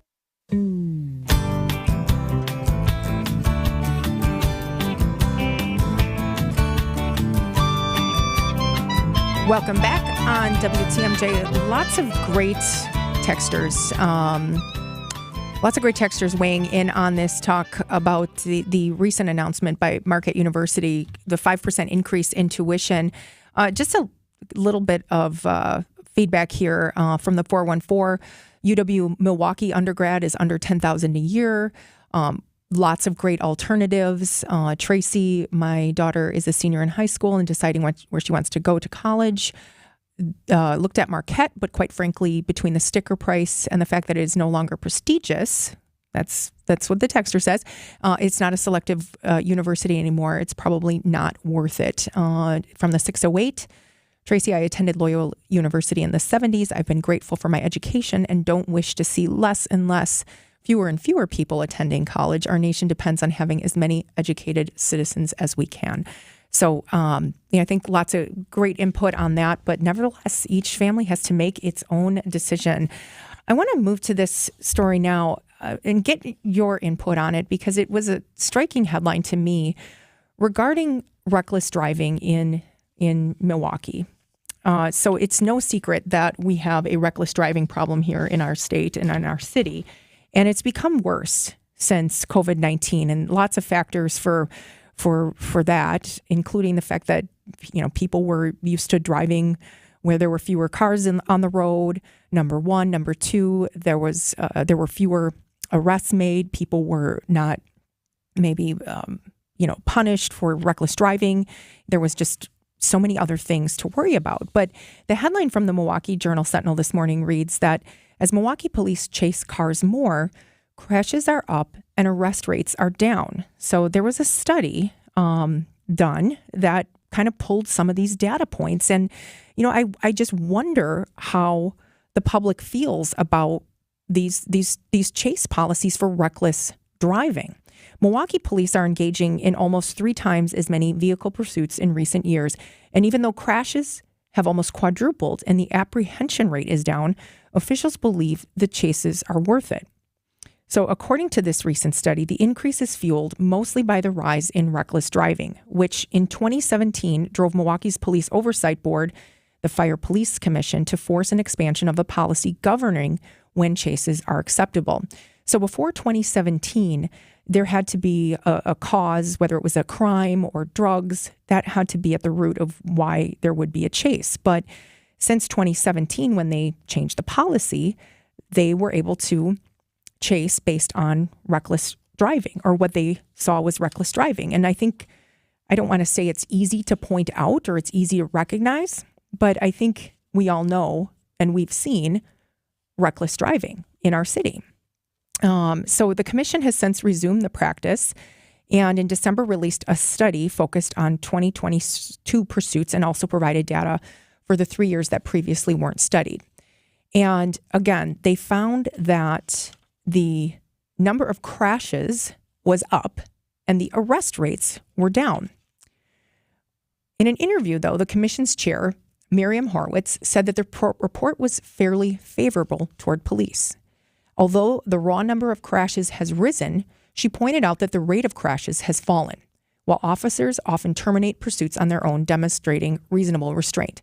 And I will have to say, from knowing police officers, they are very skilled at knowing how to recognize reckless driving. They are very skilled at reading the situation, reading the environment, and really assessing the risk. But, some of these numbers are really shocking to me because it continues to amplify the problem of reckless driving as the root of all of the problem. So let me read you a couple more data points. Starting in 2002, pursuits steadily fell from about 270 to a low of 50 by 2012. Policy changes in 2010 and 2015 allowed officers to pursue if the suspect driver or their car was involved in a violent felony.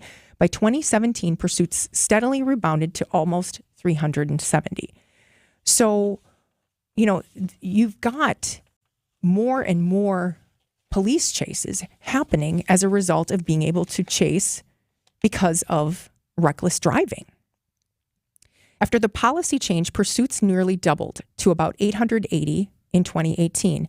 Every year since 2021, the department has logged more than 1,000 pursuits, or nearly 3 per day.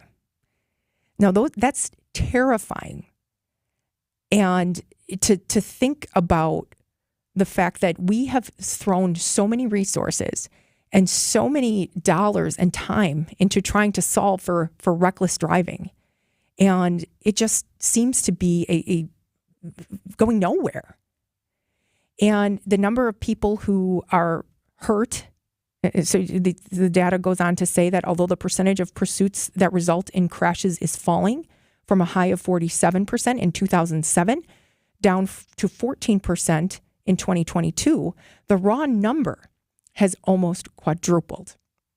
And so this continues to be such a huge, huge issue for our city. And, good on the office, the commission for putting out this study.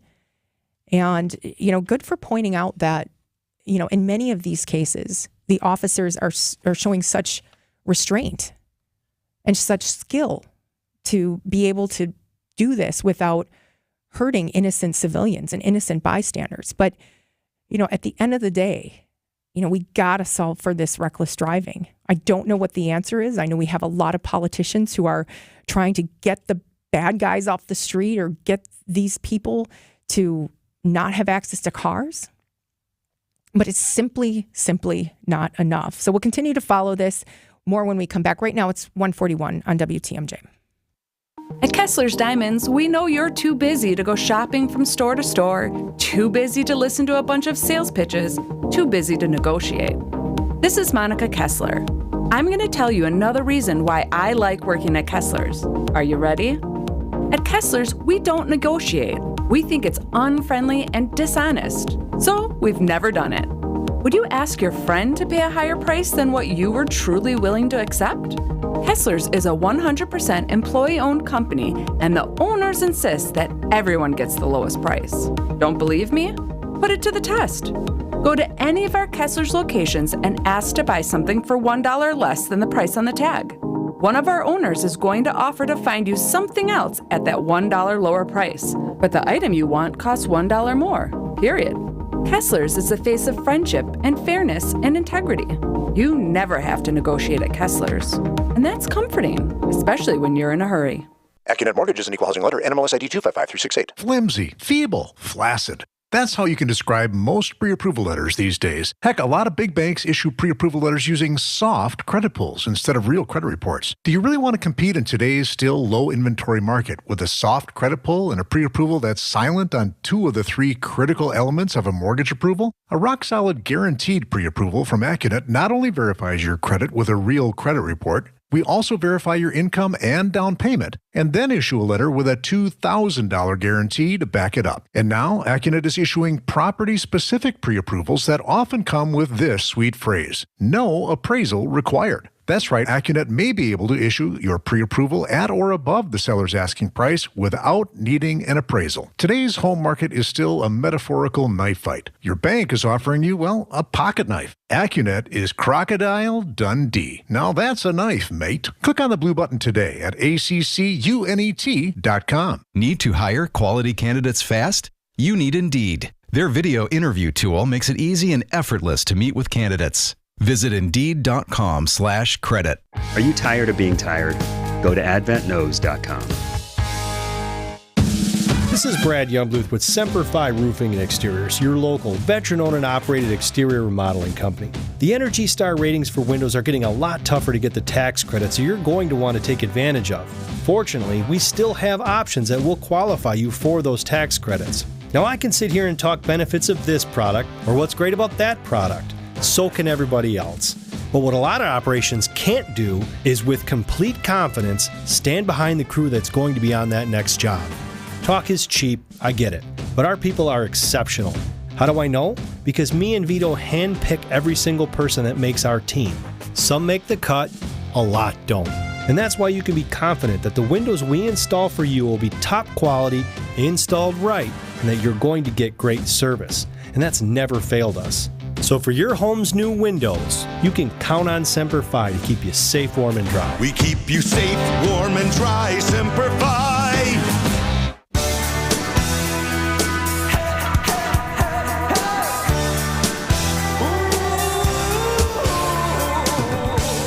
I don't know about you, Aaron, but I still receive magazines in the mail. Do you get any? No, I'm not subscribed to any at this moment. Oh my God. Okay. All right. So I at least get National Geographic and Ranger Rick for the kids. I used to get business magazines, but then I moved and I never picked it back up. So one of the most popular magazines of all time, most of the iconic, is Sports Illustrated. I do not receive Sports Illustrated. I don't think I know anybody who does. But they made a big announcement over the weekend that they would be laying off all of their staff. And this was after missing a very important debt payment to their creditor, to their ownership. They've been struggling for years since they were bought out. Reading from the article, Sports Illustrated was once considered the standard of sports journalism through its writing and photography. And it's going to lay off the entire staff since this deal fell through. The publications union said the layoff would involve possibly all of the News Guild workers represented. But SI senior writer Pat Ford disputed earlier reports that the entire staff was laid off, saying on social media there still is a website and a magazine. Ugly, brutal day with many layoffs. So this magazine company, like many other magazine companies and magazines, in fact, National Geographic, the one that I get, announced layoffs, but they still kept like a bare bones crew to do content and still found a way to produce this. So I think this might be a little bit different. It seems that everybody is kind of counting Sports Illustrated out, but it really makes me think more about newspapers and magazines and just the physical content of news more broadly. Newspapers have been making headlines for years. Did you get that? Headlines for years. The number of newspapers in circulation has been steadily declining. A report on local news in the United States revealed that 2,600 weekly publications closed or merged with other papers between 2004 and 2023, and the number of non-daily papers fell from over 74,000 to less than 48,000 in that period. So, there has been significant consolidation, significant decline. I mean, we see it with our own Milwaukee Journal-Sentinel. I mean, the latest, which was in February of 2023, suggested that weekday print circulation for the Journal-Sentinel was 48,158, and Sunday circulation was somewhere around 75,000. This was according to Gannett Form 10K's annual report. These figures are 35% lower than had been posted in the previous year. And I think that those numbers just continue to dwindle. And we continue to see that decline in the physical paper, physical news. I like magazines, but in terms of a newspaper, I much prefer the digital. But I have some problems with the fact that physical papers are going away. First and foremost, I think we exclude a large portion of the population who can't afford the prices. I'm not sure if you check the pricing on a Journal-Sentinel, but it isn't like $5. It's very expensive. In fact, I went to the store one time to buy my grandma a paper, and it was something like $4 for just a daily paper. You're really cutting out a huge portion of the population that can't afford it, number one, or they don't have access to the technology, the online technology to receive that news. So it's just it's a tragedy, but I think it's a self-inflicted tragedy that also didn't evolve with the times.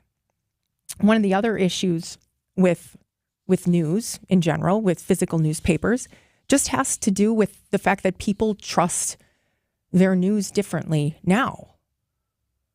I mean, more broadly speaking, trust in media publications suggests that people don't trust national news.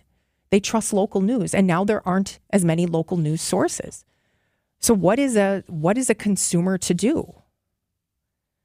It doesn't help that the fact that many people think that certain papers are left-leaning or right-leaning and they can't trust the paper.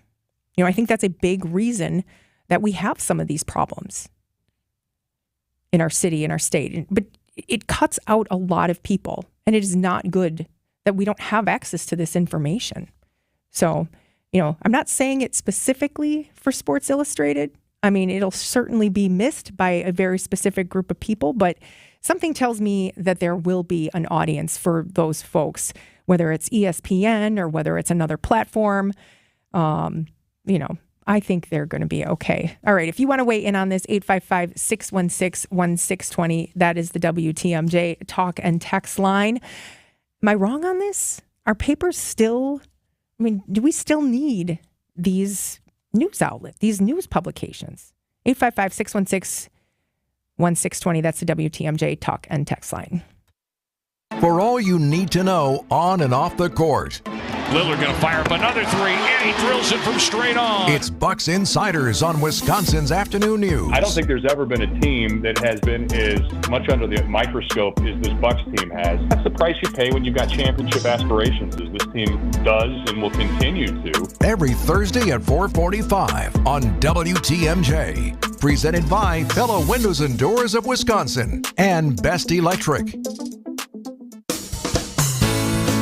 Hi folks, this is Hank Albert, owner of BBC Lighting. With the weather getting colder, our prices get even hotter. And at our showroom, you'll see all the top brands of lighting and ceiling fans, such as Visual Comfort, Monte Carlo, and more. Our new in-store visual technology will allow you to find every light and fan from every major brand, including their price and description. And our prices are always the lowest, I guarantee it. If it's lampshades or repairs you need, we do all that too. There's something for everyone at BBC, including fun for Dad and the kids, and our famous free popcorn. BBC is open Monday through Saturday and is located at 20th and St. Paul Avenue, across from Sobelman's and Bachman Furniture, all near the Potawatomi Casino. Stay safe and healthy, my friends. Church and Chapel Funeral Homes. The best time to plan a funeral is when you don't have to. Church and Chapel Funeral Homes. There's one near you.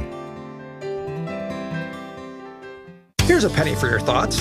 There's about 11,000 tire-related crashes every year. Mostly due to driving around on underinflated, beat-up, worn-out tires with low tread. A couple of clicks at richlawns.com will get you scheduled for a free tire tread test. But if you're pressed for time, there's an old trick we use in the tire industry that'll tell you if you need tires. And that's free too. My dad showed me, who learned it from his dad, who learned it from someone else way back in 1964. Ah, yes. The old penny test. Yep, just place a penny head first. As in upside down. Into the groove of your tire. Now, if you can see the top of Lincoln's head, you're due for tires. And hey, if the free penny test frazzles you, book an appointment at richlawns.com. If your tires are good, no harm, no foul, because it won't cost you a penny.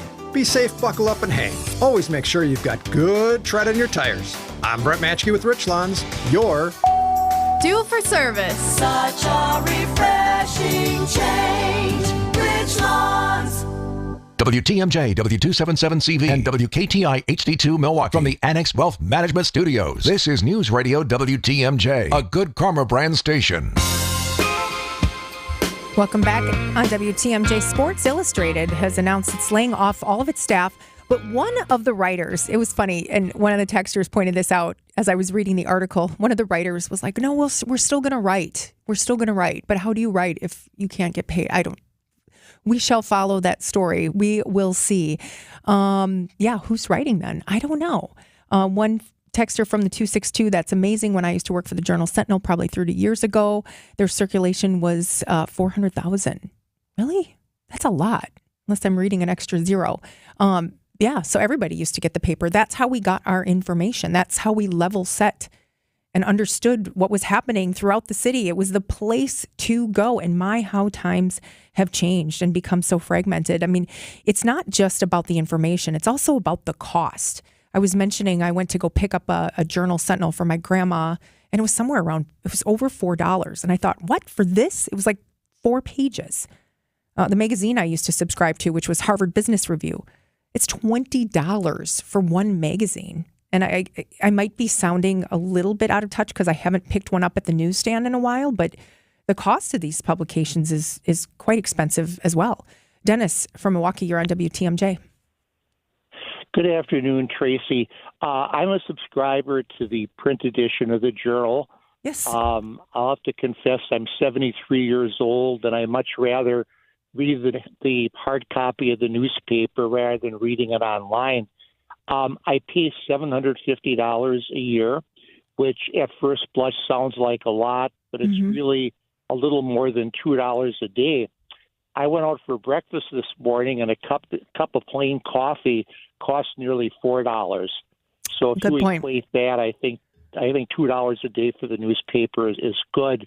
The Journal Sentinel has done some outstanding work. I don't know if you read in yesterday's paper the story by Mary Spicuzza Balistreri on the assassination of her cousin. I know newspapers, very challenging industry. Hopefully they can find a business model, but I really feel sorry for the small town weekly newspapers. The community where I grew up in, population about 4,000, they had an outstanding weekly newspaper which covered the city council, the county board, the school board. Now they have a newspaper, but they don't have staff to cover all those governmental bodies. Dennis, thank you for the call. And what he points out is how important local news is. We get a paper at home. We get the Ozaki Press. We get the Ozaki Press, and it covers the local stories. And you're going to hear me bring up some of these local stories because the local stories, the things that happen in Saukville and Grafton and Mequon, are the things that happen all over the state. I mean, a lot of it is a copy-paste job, right? I mean, and I'm saying that in a good way, meaning it is a shared experience. that we need to, talk about. What's happening in some of the publications, or at least the newspaper industry, is this consolidation. So many of these papers just reprint and repackage AP stories, national stories. That's not what we want to hear about. That's not what's impacting our trash collecting or our taxes going up or the school board referendum. So local papers are very important. This could be a whole separate topic. I really, really believe in that. And as somebody who studied communications, studied journalism, I understand the craft. And, I do think moving to digital, and if we can get on the digital platform and we can economize that make sense and make that be a business model, of course, that's the way to the future.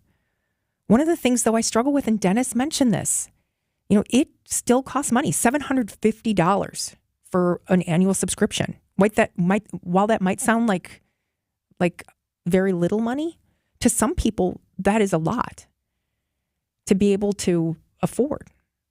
So we'll see. But Sports Illustrated, no longer, or at least according to reports.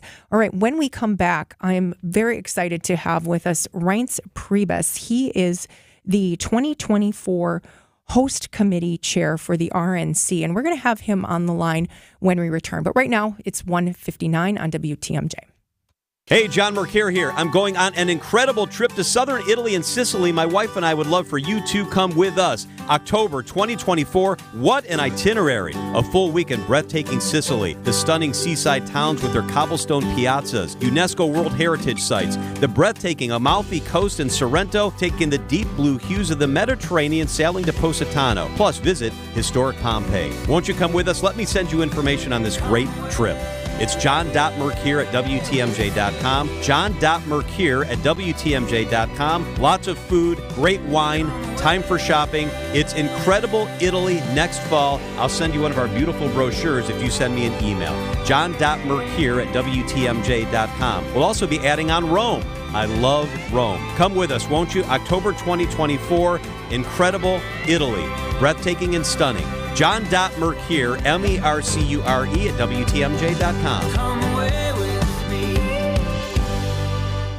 Alleviate your pain, rejuvenate your life. Rejuvenex.com. Detroit seems to have a real losing problem. The Bucks will make sure that trend continues. Back to Giannis, sidesteps a couple of defenders and then thumps it down with a jam in the middle of all that defense. The Bucks are still in Detroit with coverage starting tonight at 5:30. We are your home for the Milwaukee Bucks. News Radio 620 WTMJ Milwaukee. Good afternoon. It's 2 o'clock. We have cloudy skies, 35 degrees, a wintry mix likely this afternoon, this evening into the overnight hours. Overnight low of 31. From the WTMJ Breaking News Center, I'm Connie Weber. Vice President Kamala Harris beginning her nationwide campaign for reproductive rights in southeast Wisconsin. Join me in welcoming our Vice President, Kamala Harris. In front of the gathered crowd at the International Union of Painters and Allied Trades facility in Big Bend, Vice President Harris sharing the administration's pledge to women seeking abortion services. The government should not be telling her what to do with her body. Harris also stating if Congress proposes any sort of nationwide ban on abortion, President Joe Biden will veto it. Adam Roberts, WTMJ News. A day ahead of the New Hampshire primary, former President Trump still enjoys a commanding lead in the polls. He holds a double-digit lead in what's become a one-on-one GOP race with former South Carolina Governor Nikki Haley. President Biden not on the official ballot after a party dispute over the date of the primary.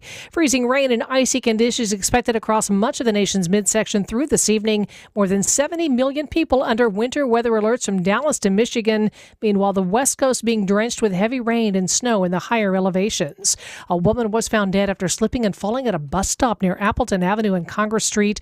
TMJ4 reports on a security video from a nearby business that 49-year-old Jolene Woldruff slipped on ice and hit her face on a gate. Happened January 15th. She was found unresponsive and face down on a snowbank. First responders tried to save her life using CPR, epinephrine injections, and more, but she was pronounced dead that evening. No official cause of death named, but the medical examiner's report shows she had bruising to her face and her neck. A school bus and an SUV crashed into each other near 44th and Congress this morning.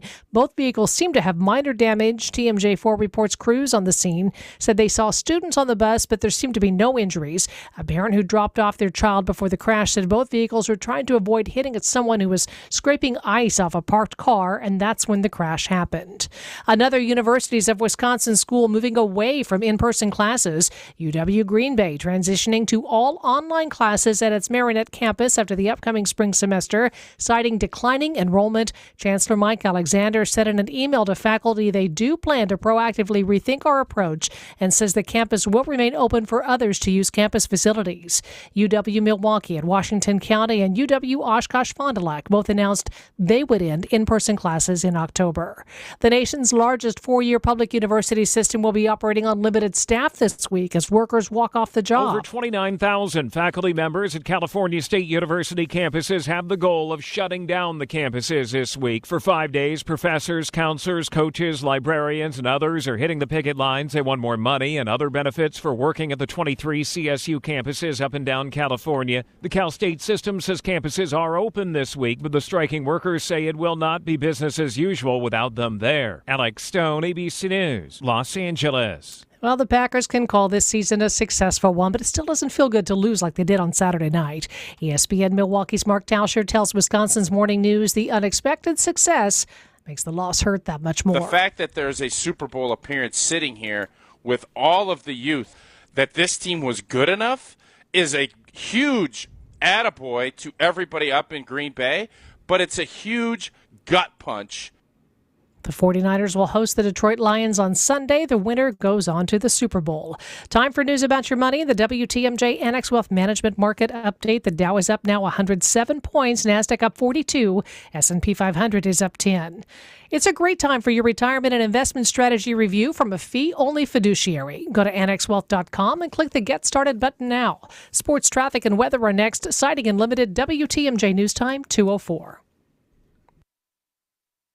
Comfort Awnings. You've heard me talk about the wonderful new retractable awning the team at Comfort Awnings installed at my home. Now I can have all the cookouts and get-togethers in my backyard with some extra shade and relaxation for my guests. Comfort Awnings is a local family-owned company in Burlington that provides expert installation in southeast Wisconsin and northern Illinois. Right now, you'll receive a free motor with the purchase of any awning or screen until the end of January. Call 414-AWNINGS for a free estimate or visit comfortawnings.com. Brewers win! Get more from your live baseball experience with the 2024 Brewers Ticket Plan. On sale now. Don't miss more exclusive Brewers season seat holder rewards, like your very own batting practice session, more can't-miss action, and more access to the game you love. It's your ticket to being a VIP Brewers fan this season. Plus, you'll enjoy savings on ticket prices you can't get anywhere else. Learn more at brewers.com/ticket plans. Ring in the new year with the ultimate timeless gift, a diamond from Diamonds Direct.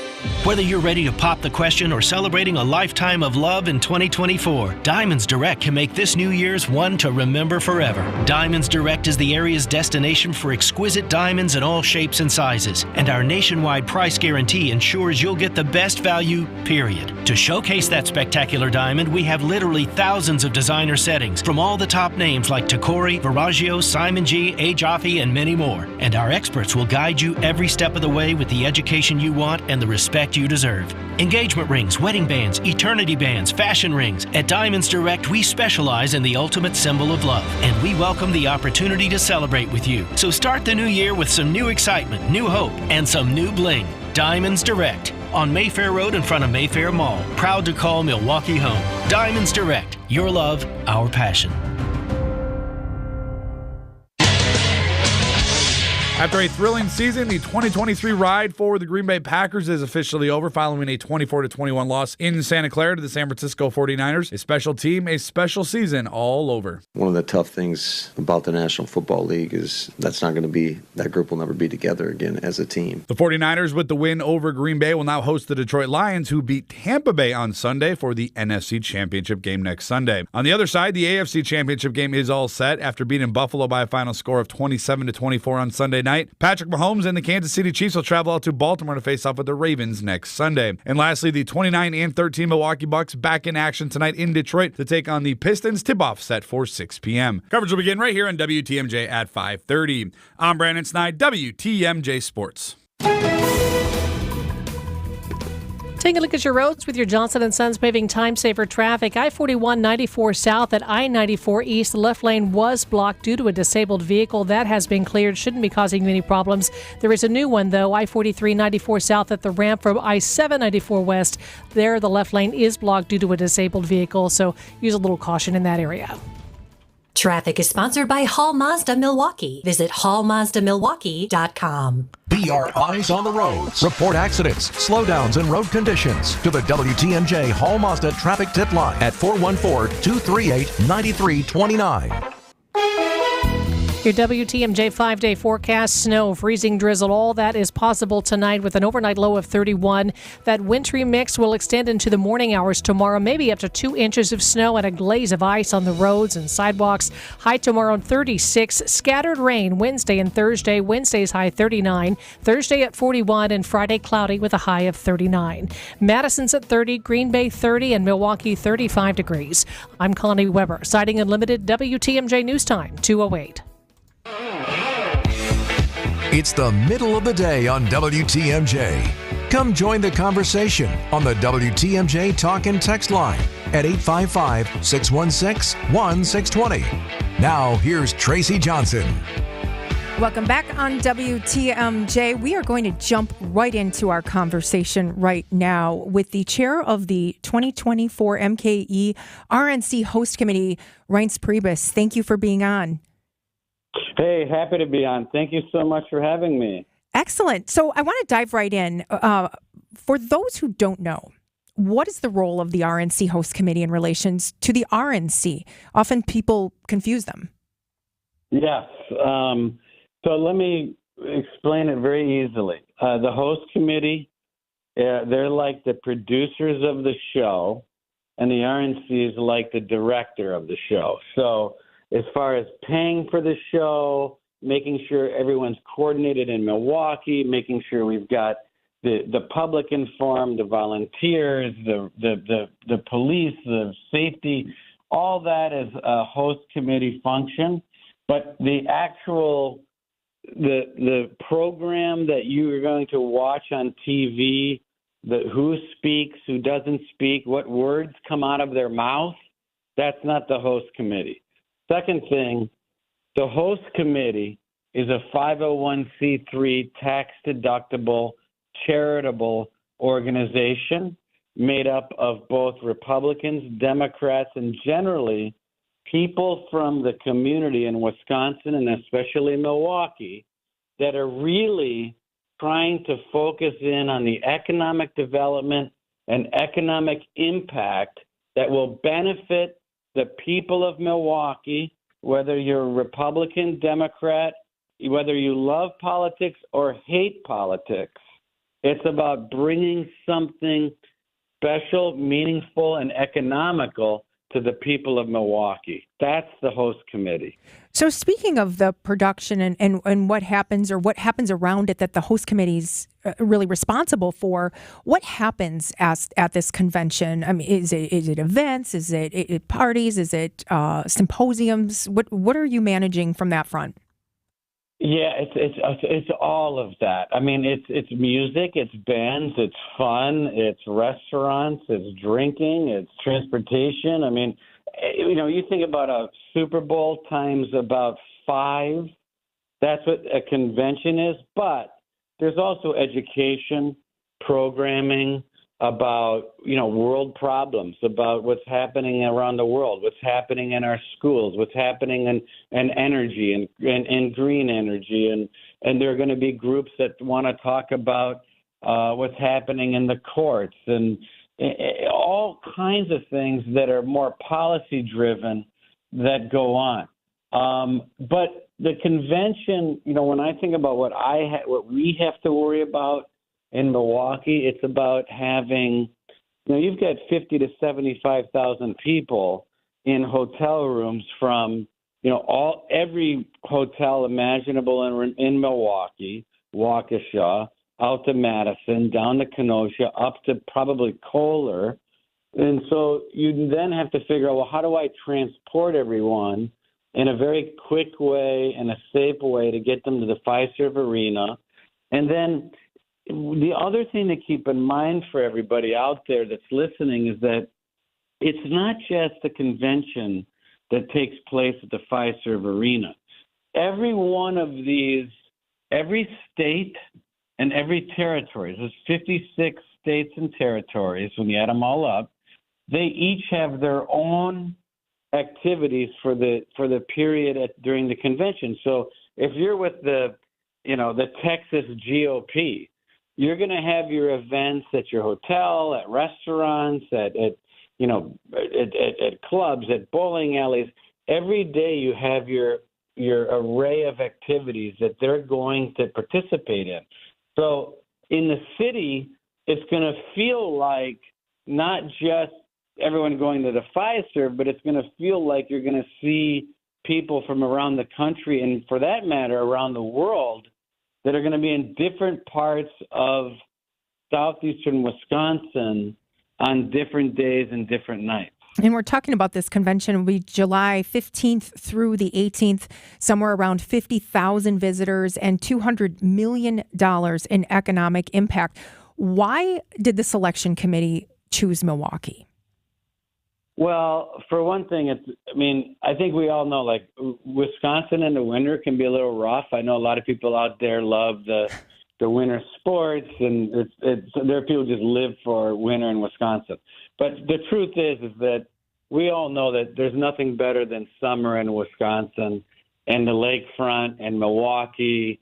It is fabulous. So, number one, it usually, hopefully we don't get rained on, but usually Wisconsin summers are the best. The second part is Wisconsin's a battleground state. I mean, we know that, and people are sick of it, but the truth is the victory, whether Republican or Democrat, it doesn't add up without Wisconsin. So people in politics are generally inclined to look at Wisconsin in a much different way. We're in the spotlight politically, and it obviously is at the forefront of everyone's mind. So I think that matters a lot. But the last thing I'd say is that we were picked because when the RNC came to Milwaukee, they saw Republicans that they knew, because, our Republicans in Wisconsin are well known to the Republicans in D.C. Just like our friends on the Democrat side of the aisle, they're well known too, because both parties in Wisconsin are honestly second to none. I mean, they're really good party operations.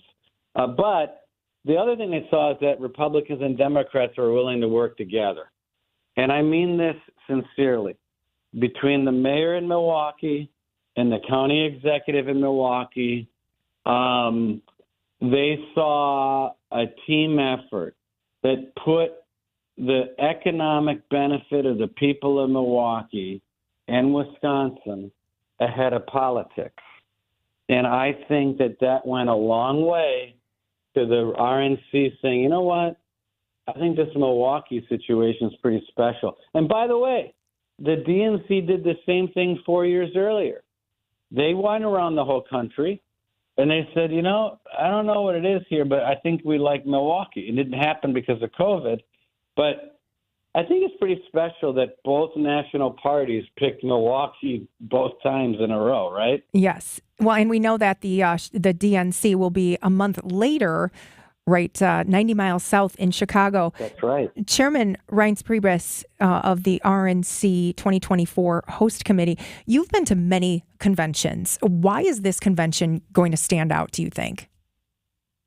Well, I mean, I think for one thing, I think it's going to be maybe a little bit better organized, than a lot of other conventions, because the DNC that almost happened in Milwaukee actually laid a lot of good groundwork for the RNC this time. Because if you think about it, the Secret Service, the organization, the transportation, a lot of the businesses that have been so great in Milwaukee that are helping fund this convention.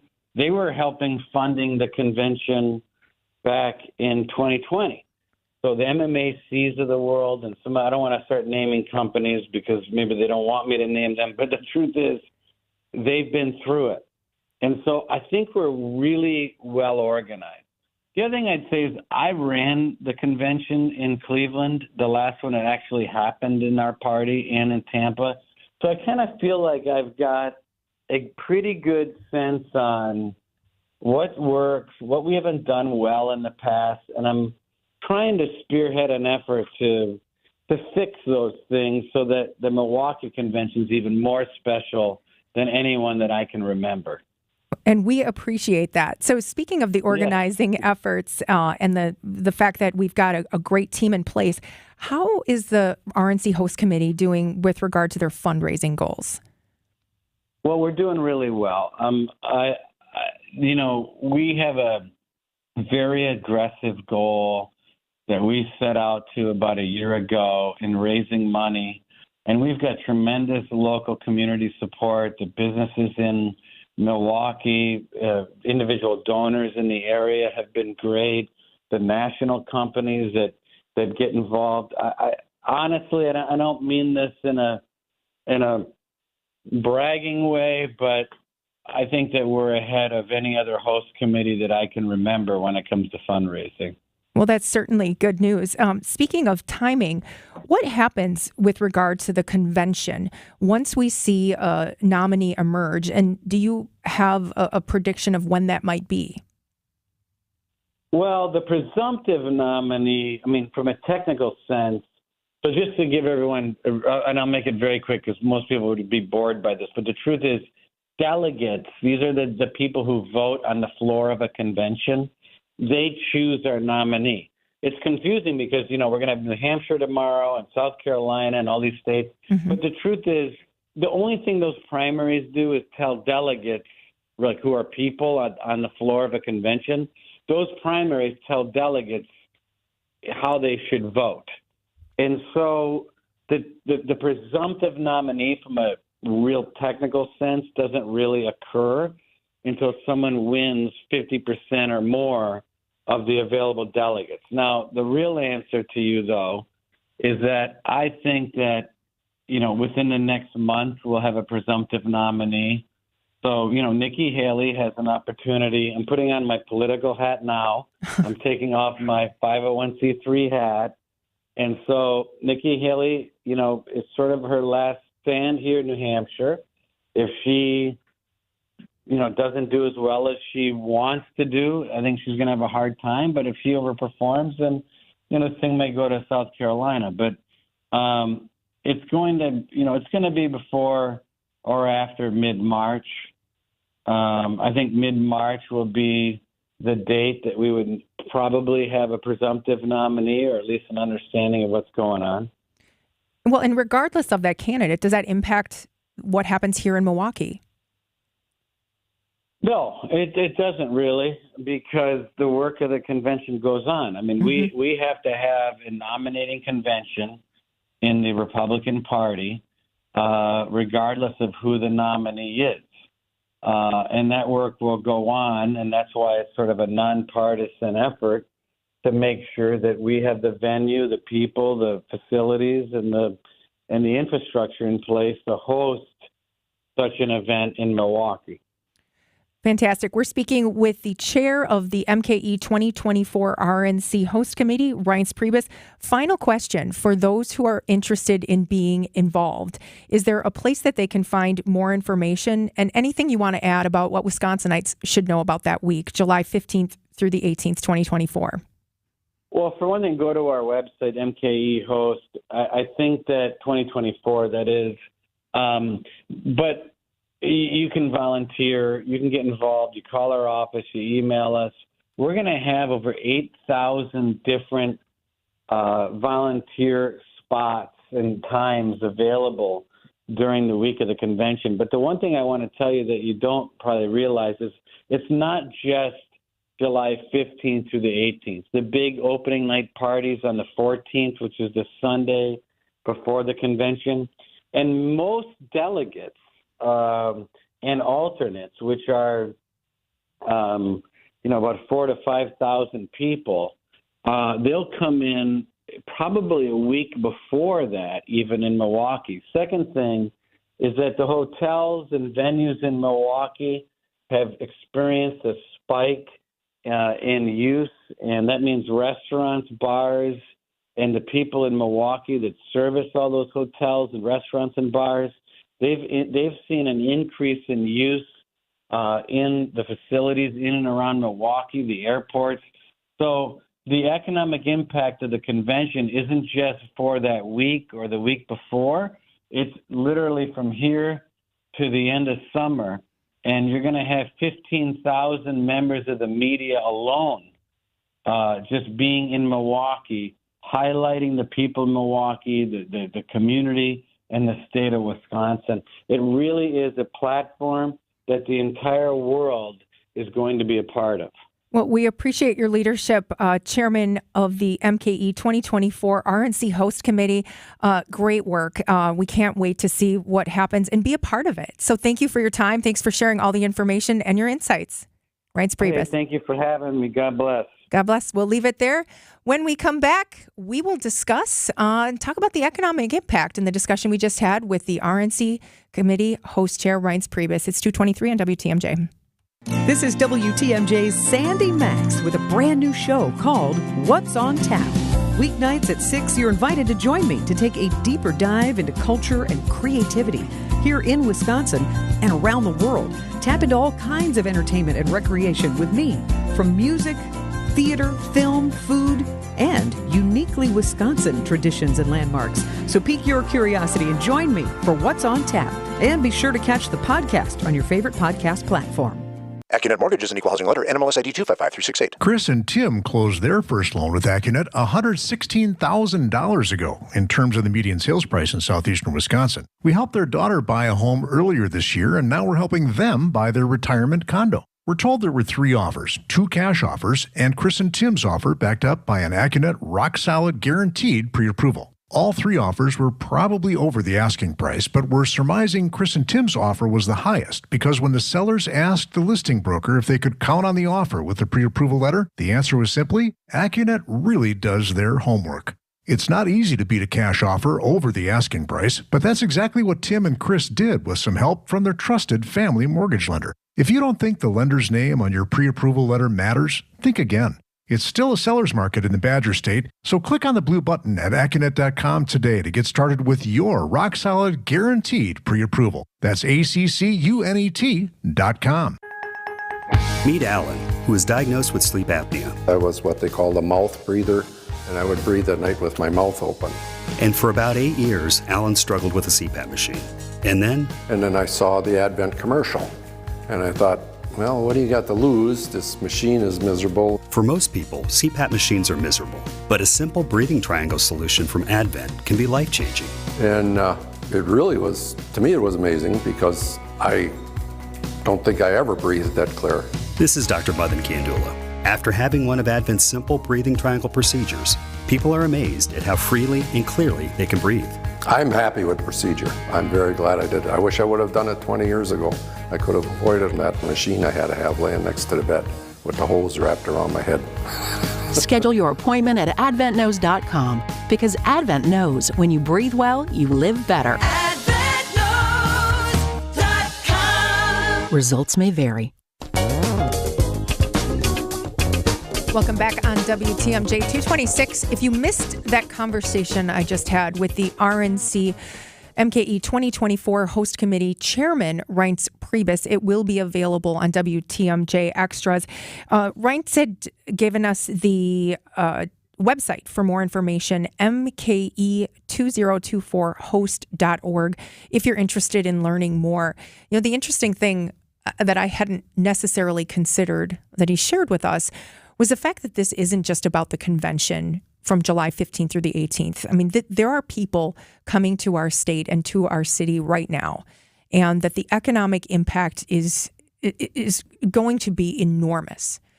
And I love that he stated that he believes one of the reasons Milwaukee was selected is because of the bipartisan support in our county leadership, our city leadership, and our business leadership that really laid out the red carpet and said, we want you here in Milwaukee, focusing on the economic impact, on the business case, and the ease of getting things done here in our city. So great interview. We really appreciate the time to share that information because this convention is going to be here before you know it.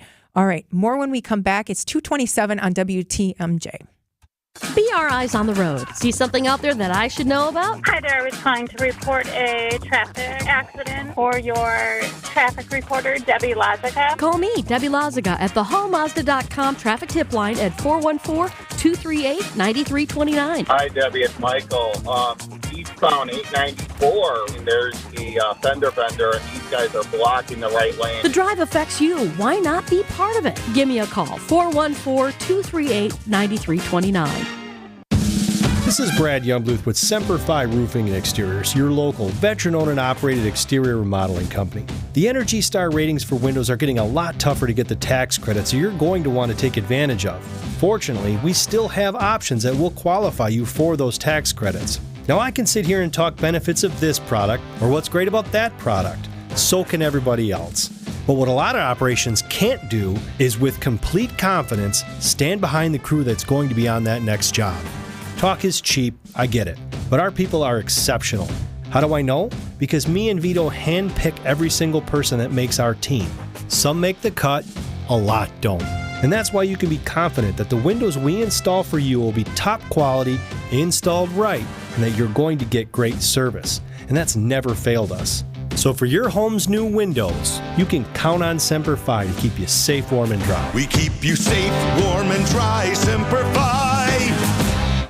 Are you curious about QC Kinetics? Let me tell you what we do. That's Dr. Daniel Zuckerman, a medical director at QC Kinetics. We treat people who have joint pain, and we use your body's healing properties, the things that you already have in you, in your blood, to heal your knee pain, your joint pain, your shoulder pain, your back pain. You have everything that you need in you already. The same natural process that heals a cut on your finger also works inside your body. And so what we do at QC Kinetics is take those healing properties, concentrate them down from your body and put them where they need to go. We are the experts in regenerative medicine. That's all we do. And best of all, there's no surgery, no downtime, or harmful drugs. This is the future of medicine. And your consultation is completely free. Call QC Kinetics, 414-285-3474. That's 414-285-3474. 414-285-3474.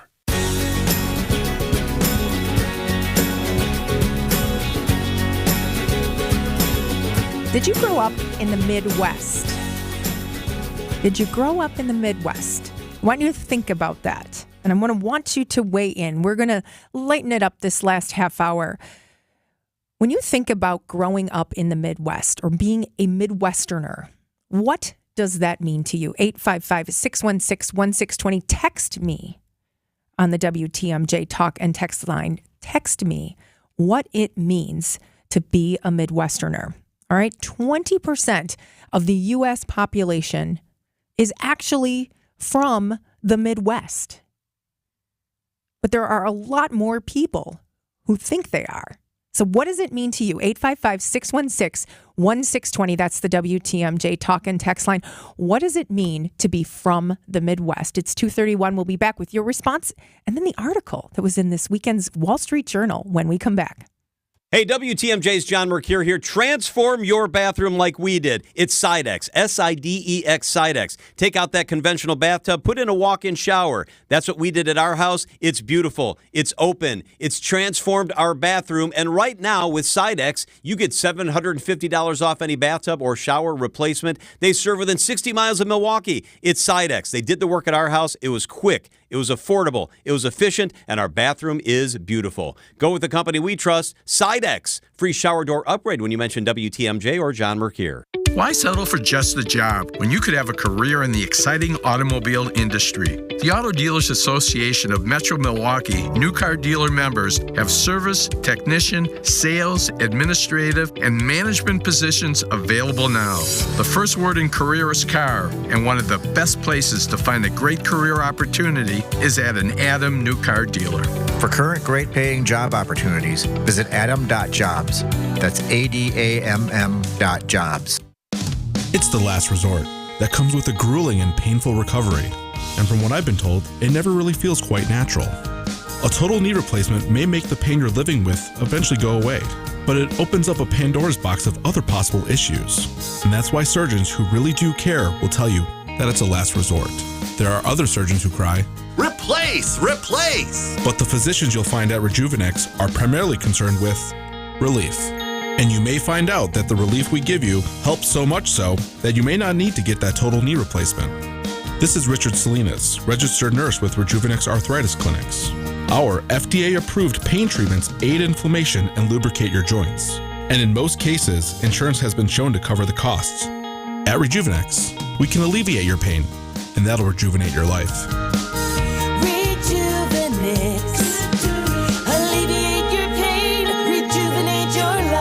Go to rejuvenex.com to request your appointment.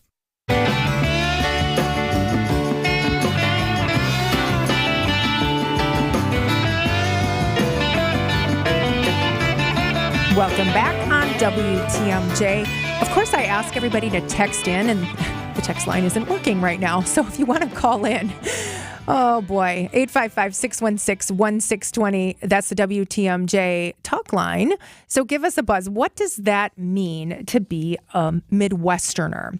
I grew up here. I have family from here, and I couldn't imagine living anywhere else. My husband went to college in Ohio. A lot of people from the coast went to school there. And so when I would go and visit, I would talk and they would say, Tracy, can you say that again? Because we just like how you say it. You sound like you're from South Dakota. And it's maybe because I do say boat a little bit like, because of my accent. But so what do we think of when we say we're from the Midwest? Is it humble? Is it wholesome? Is it about work ethic? All great qualities that everyone would want to say they have. Right. Well, it turns out that a lot more people think they are Midwest than actually are. And this was documented in an article over the weekend in the Wall Street Journal. All right, 20% of the U.S. population is actually Midwest. So the article goes on to kind of outline a couple of scenarios, but it says everyone knows places such as Ohio and Minnesota are solidly in the Midwest. But a recent poll finds that the Midwest is more a state of mind than a place you can point to on a map. People from Colorado, 42%, Oklahoma, 66%, and even Wyoming, 54%, think they live in the Midwest, according to data from Emerson College Polling and the Middle West Review, a journal published by the University of Nebraska Press. Nearly a third of Kentuckians and a little over a quarter of Arkansans say the same thing. More than 30% of Montanans say they live in the Midwest, something that doesn't sit well with some of the others who live there and say, wait a minute, what's wrong with the Great Plains? What's wrong with the West? All right. So the term Midwest generally applies to 12 states the U.S. Census Bureau includes in the North Central region. That is, if you're playing along at home, count with me. You got North Dakota, South Dakota, Kansas, Missouri, Iowa, Nebraska, Illinois, Indiana, Minnesota, Wisconsin, Michigan, and Ohio. So when you look at this, okay, and it's funny, when I was talking about this with my husband, we were pretty right on. The place alternately is praised and damned, yet it is generally acknowledged to be the cultural core of the nation. This is the heartland, the home of the average or middle American. And it made me think about why people in so many other states identify themselves as Midwest. There was even like a story on here that said some people from Idaho, 25% of the people that were surveyed in Idaho said, yeah, I'm from the Midwest. I mean, hello, have you looked at a map? That is not the Midwest. Now, a couple of debatable ones would have been Pennsylvania, Kentucky. I mean, Tennessee, that's like South. So in contrast to chill Californians and high-strung New Yorkers, Midwesterners tend to be seen as friendlier and more traditional. Will it play in Peoria is synonymous with asking whether an idea will fly with the mainstream. And then there's Midwest nice. That's the affable, passive-aggressive cousin, Minnesota nice. So, all of these things that are associated with being Midwest and the fact that so many of these people said, yeah, I do live in the Midwest, even if they don't. So what does that mean? 855-616-1620. Oh, we got the text line. That's back up and running. Okay. 855-616-1620. That's the WTMJ talk and text line. What does that mean to you? Humility is the best approach. Hard work leads to reward. Being nice is not a bad thing. Help your neighbor. Showing emotions isn't a weakness. We've got from the 262, growing up in the Midwest means you live between the Canadian border and the Ohio River, Mason-Dixon line, and east of the Rockies. Okay, so there's a technical definition for that. But, I thought this was so interesting because, when I travel, and I'm sure you can relate, when you travel around and, you know who you are, you know your values, you're from the Midwest. And when you go to California or you go to New York, it's not like it's bad, but there's something about it. You don't necessarily maybe fit in, or at least sometimes that's how I feel. And I tend to take it all in. And I'm not afraid to be nice. I'm not afraid to hold the door or look somebody in the eye and to say, how are you doing today? So I guess Midwest nice. I mean, we should be proud of it, right? And many other people want to be a part of it. All right, James in the South Side, you're on WTMJ. How you doing today, Tracy? Good. Are you Midwest? Yes, I am. Proud to be Midwest. Come on, we make the beer, we have the cheese, and we have the Packers. Come on, and everything else. The way we talk and the way the things we eat and everything else. We're Midwest. Come on, you go to Iowa, Nebraska, or Kansas, and some of these other states, and they roll the carpets in by 8:00 at night. We're at least a party state. We, a party university and stuff. We're up till midnight or 2:00 in the morning, drinking our beer and partying and enjoying stuff. We got all the James is Midwest geography, or is it a way of life? I think it's a way of life and a state of being. Come on, you gotta smell it. California's got the doggone hippies and all the doggone goofballs out in California there, and New York has got all the doggone sophistication. We're in the Midwest here. We're laid back. Everything trickles to us sooner or later, and we can go to Chicago if we want a little more. Be a little more. What do you want to call the word? Dressy. Metropolitan, more. I think, is the word. Yeah. James, then we're the bedroom city of Chicago. Come on, we can lay out. James, thanks for the call. I think he hits it on the head. We are Midwest. I think we're proud of our heritage. We work hard. In fact, according to employers, people that are from the Midwest are actually sought after, from an employment standpoint. So that's a good thing, right? It has to do with the work ethic and the values. It's what is this called? Midwest shoring. When hiring nationwide, companies tend to search for and hire Midwest talent first. That's interesting. Bringing value to their company, culture, and their bottom line. From youngsters, Midwesterners are raised to work until the work is done. Stay humble, treat others as we ourselves want to be treated, and never stop learning. Oh, that's great. I love reading. I love reading these things. And for some of you listening out there, you might be saying, "Yep, that's us. Yep, that's me." It's great. These are great qualities. But I thought it's such a fascinating, cute article in the Wall Street Journal. Actually, you can listen to it as well.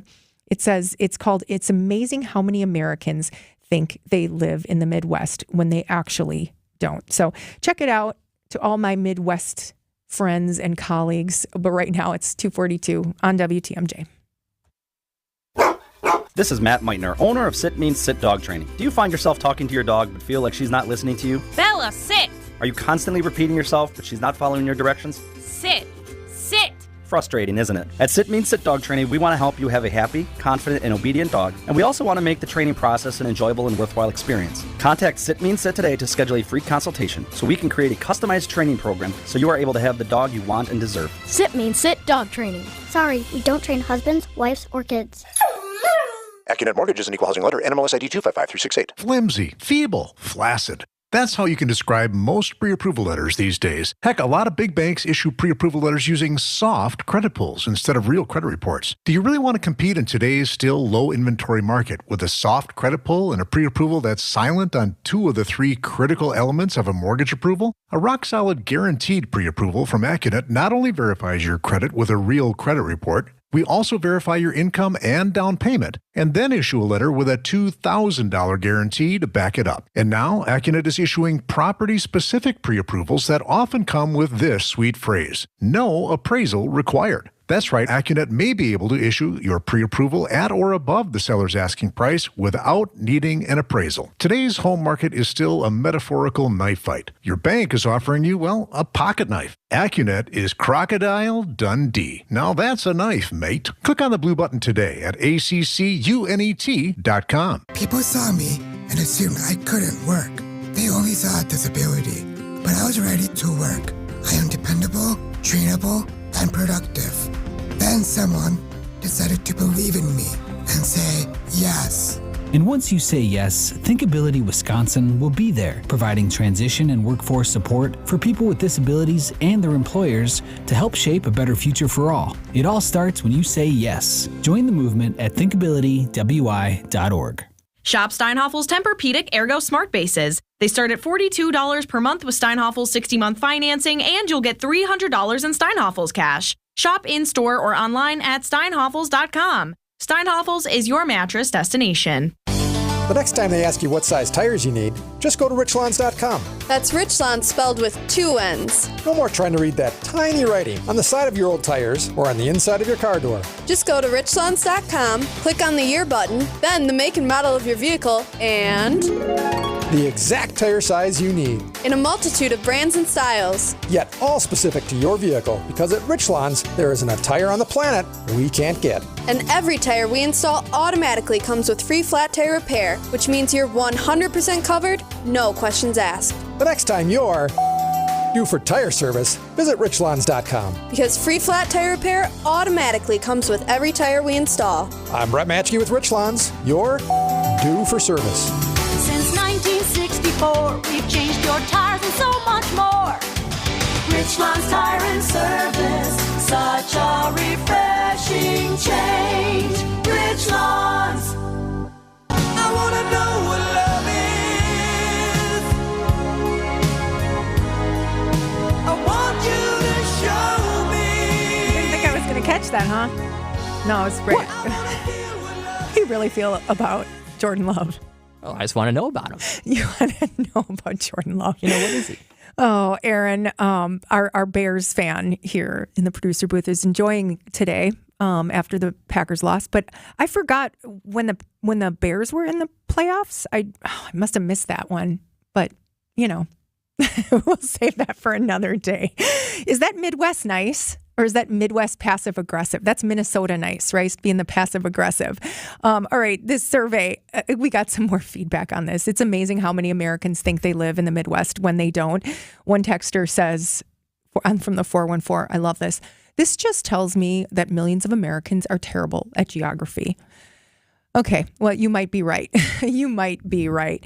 You know, the other point, kind of tying into our discussion with RNC Host Committee Chair Reince Priebus, the fact that the RNC is here in Milwaukee and the DNC is in Chicago, one of the things we heard about the DNC organizers is that they wanted to be in the Midwest. They wanted to be, in this, in the heartland where, this is where decisions are made. The things that matter to the people in the Midwest are the things that matter and the things that matter to the rest of the country. And so they wanted to really stake their flag there and have these conventions. So I think that's a huge testament to who we are, how we matter. But again, I agree with this texter in the 414. There are a lot of people who are really, really bad at geography. All right. For most of you know that I spend my days when I'm not in the studio here as the president of the Commercial Realtors Association. And we do quarterly reporting on the state of the market. And we released last week our Q4 numbers for 2023. And we look at the industrial sector, we look at the office sector, and we look at the retail sector. The one that I want to highlight is the retail sector because I think it's most relevant to people listening, right? We're talking about the stores, the mixed-use buildings, the shopping centers, the regional centers, the strip centers. The numbers in the retail space and all of the conversation around retail has been very promising for this sector. In Southeast Wisconsin, the vacancy rate is around 5% for retail. And what this means is not that there are only 5% of retail is vacant. What means is 5% of retail is not accounted for. So you might still have a store with the lights out and maybe the tenant has, rolled up and decided that they're not going to keep their lights on, but they still have an intact lease. So I think the overarching comment, though, and the thing that stood out to me is just the health and well-being of the retail sector. And I think that speaks very pointedly to the fact that consumer demand continues to be strong. People are spending money, whether they have it or not. People are spending money on experiences and restaurants, whether they have the money or not. And there's really a lack of supply. I know in talking with many of the members within the organization who are in that retail space, they say, we don't have any new construction of retail. There's no new construction. And so retailers who are looking to tap into customers, who are looking to tap into the community, they're not able to build. And so they're looking for existing product. Well, when you're looking for existing product and you have such high demand and you've got people coming back from COVID and, wanting to get out and have a face-to-face with the consumer, you run into supply issues. And so, it's increasing the price for real estate, which is, good for the landlords, but it's decreasing that supply. So I thought that was really interesting. And if you want to check out that data, it's carw.com. We do our quarterly release of the reports. And we'll talk about retail probably a little later in the week, just because I like to talk a lot about retail. So speaking of retail, I was talking to a friend over the weekend. I said, what'd you do last night? They mentioned that they had gone to Bayshore. Speaking of retail, they had gone to Bayshore with the new ACX Entertainment Center. Do you remember it was 2007 that the iPic opened and it closed ceremoniously or unceremoniously in 2018? The iPic, this was the bowling alley, movie theater, and there were a couple restaurants, but it was tucked right in the center of Bayshore, which is now a mixed-use development. You've got retail, you've got apartments, you've got office, you've got the Target right there. So it's really, really transformed. But the iPic was at the very kind of forefront of that whole development, really, really changing over.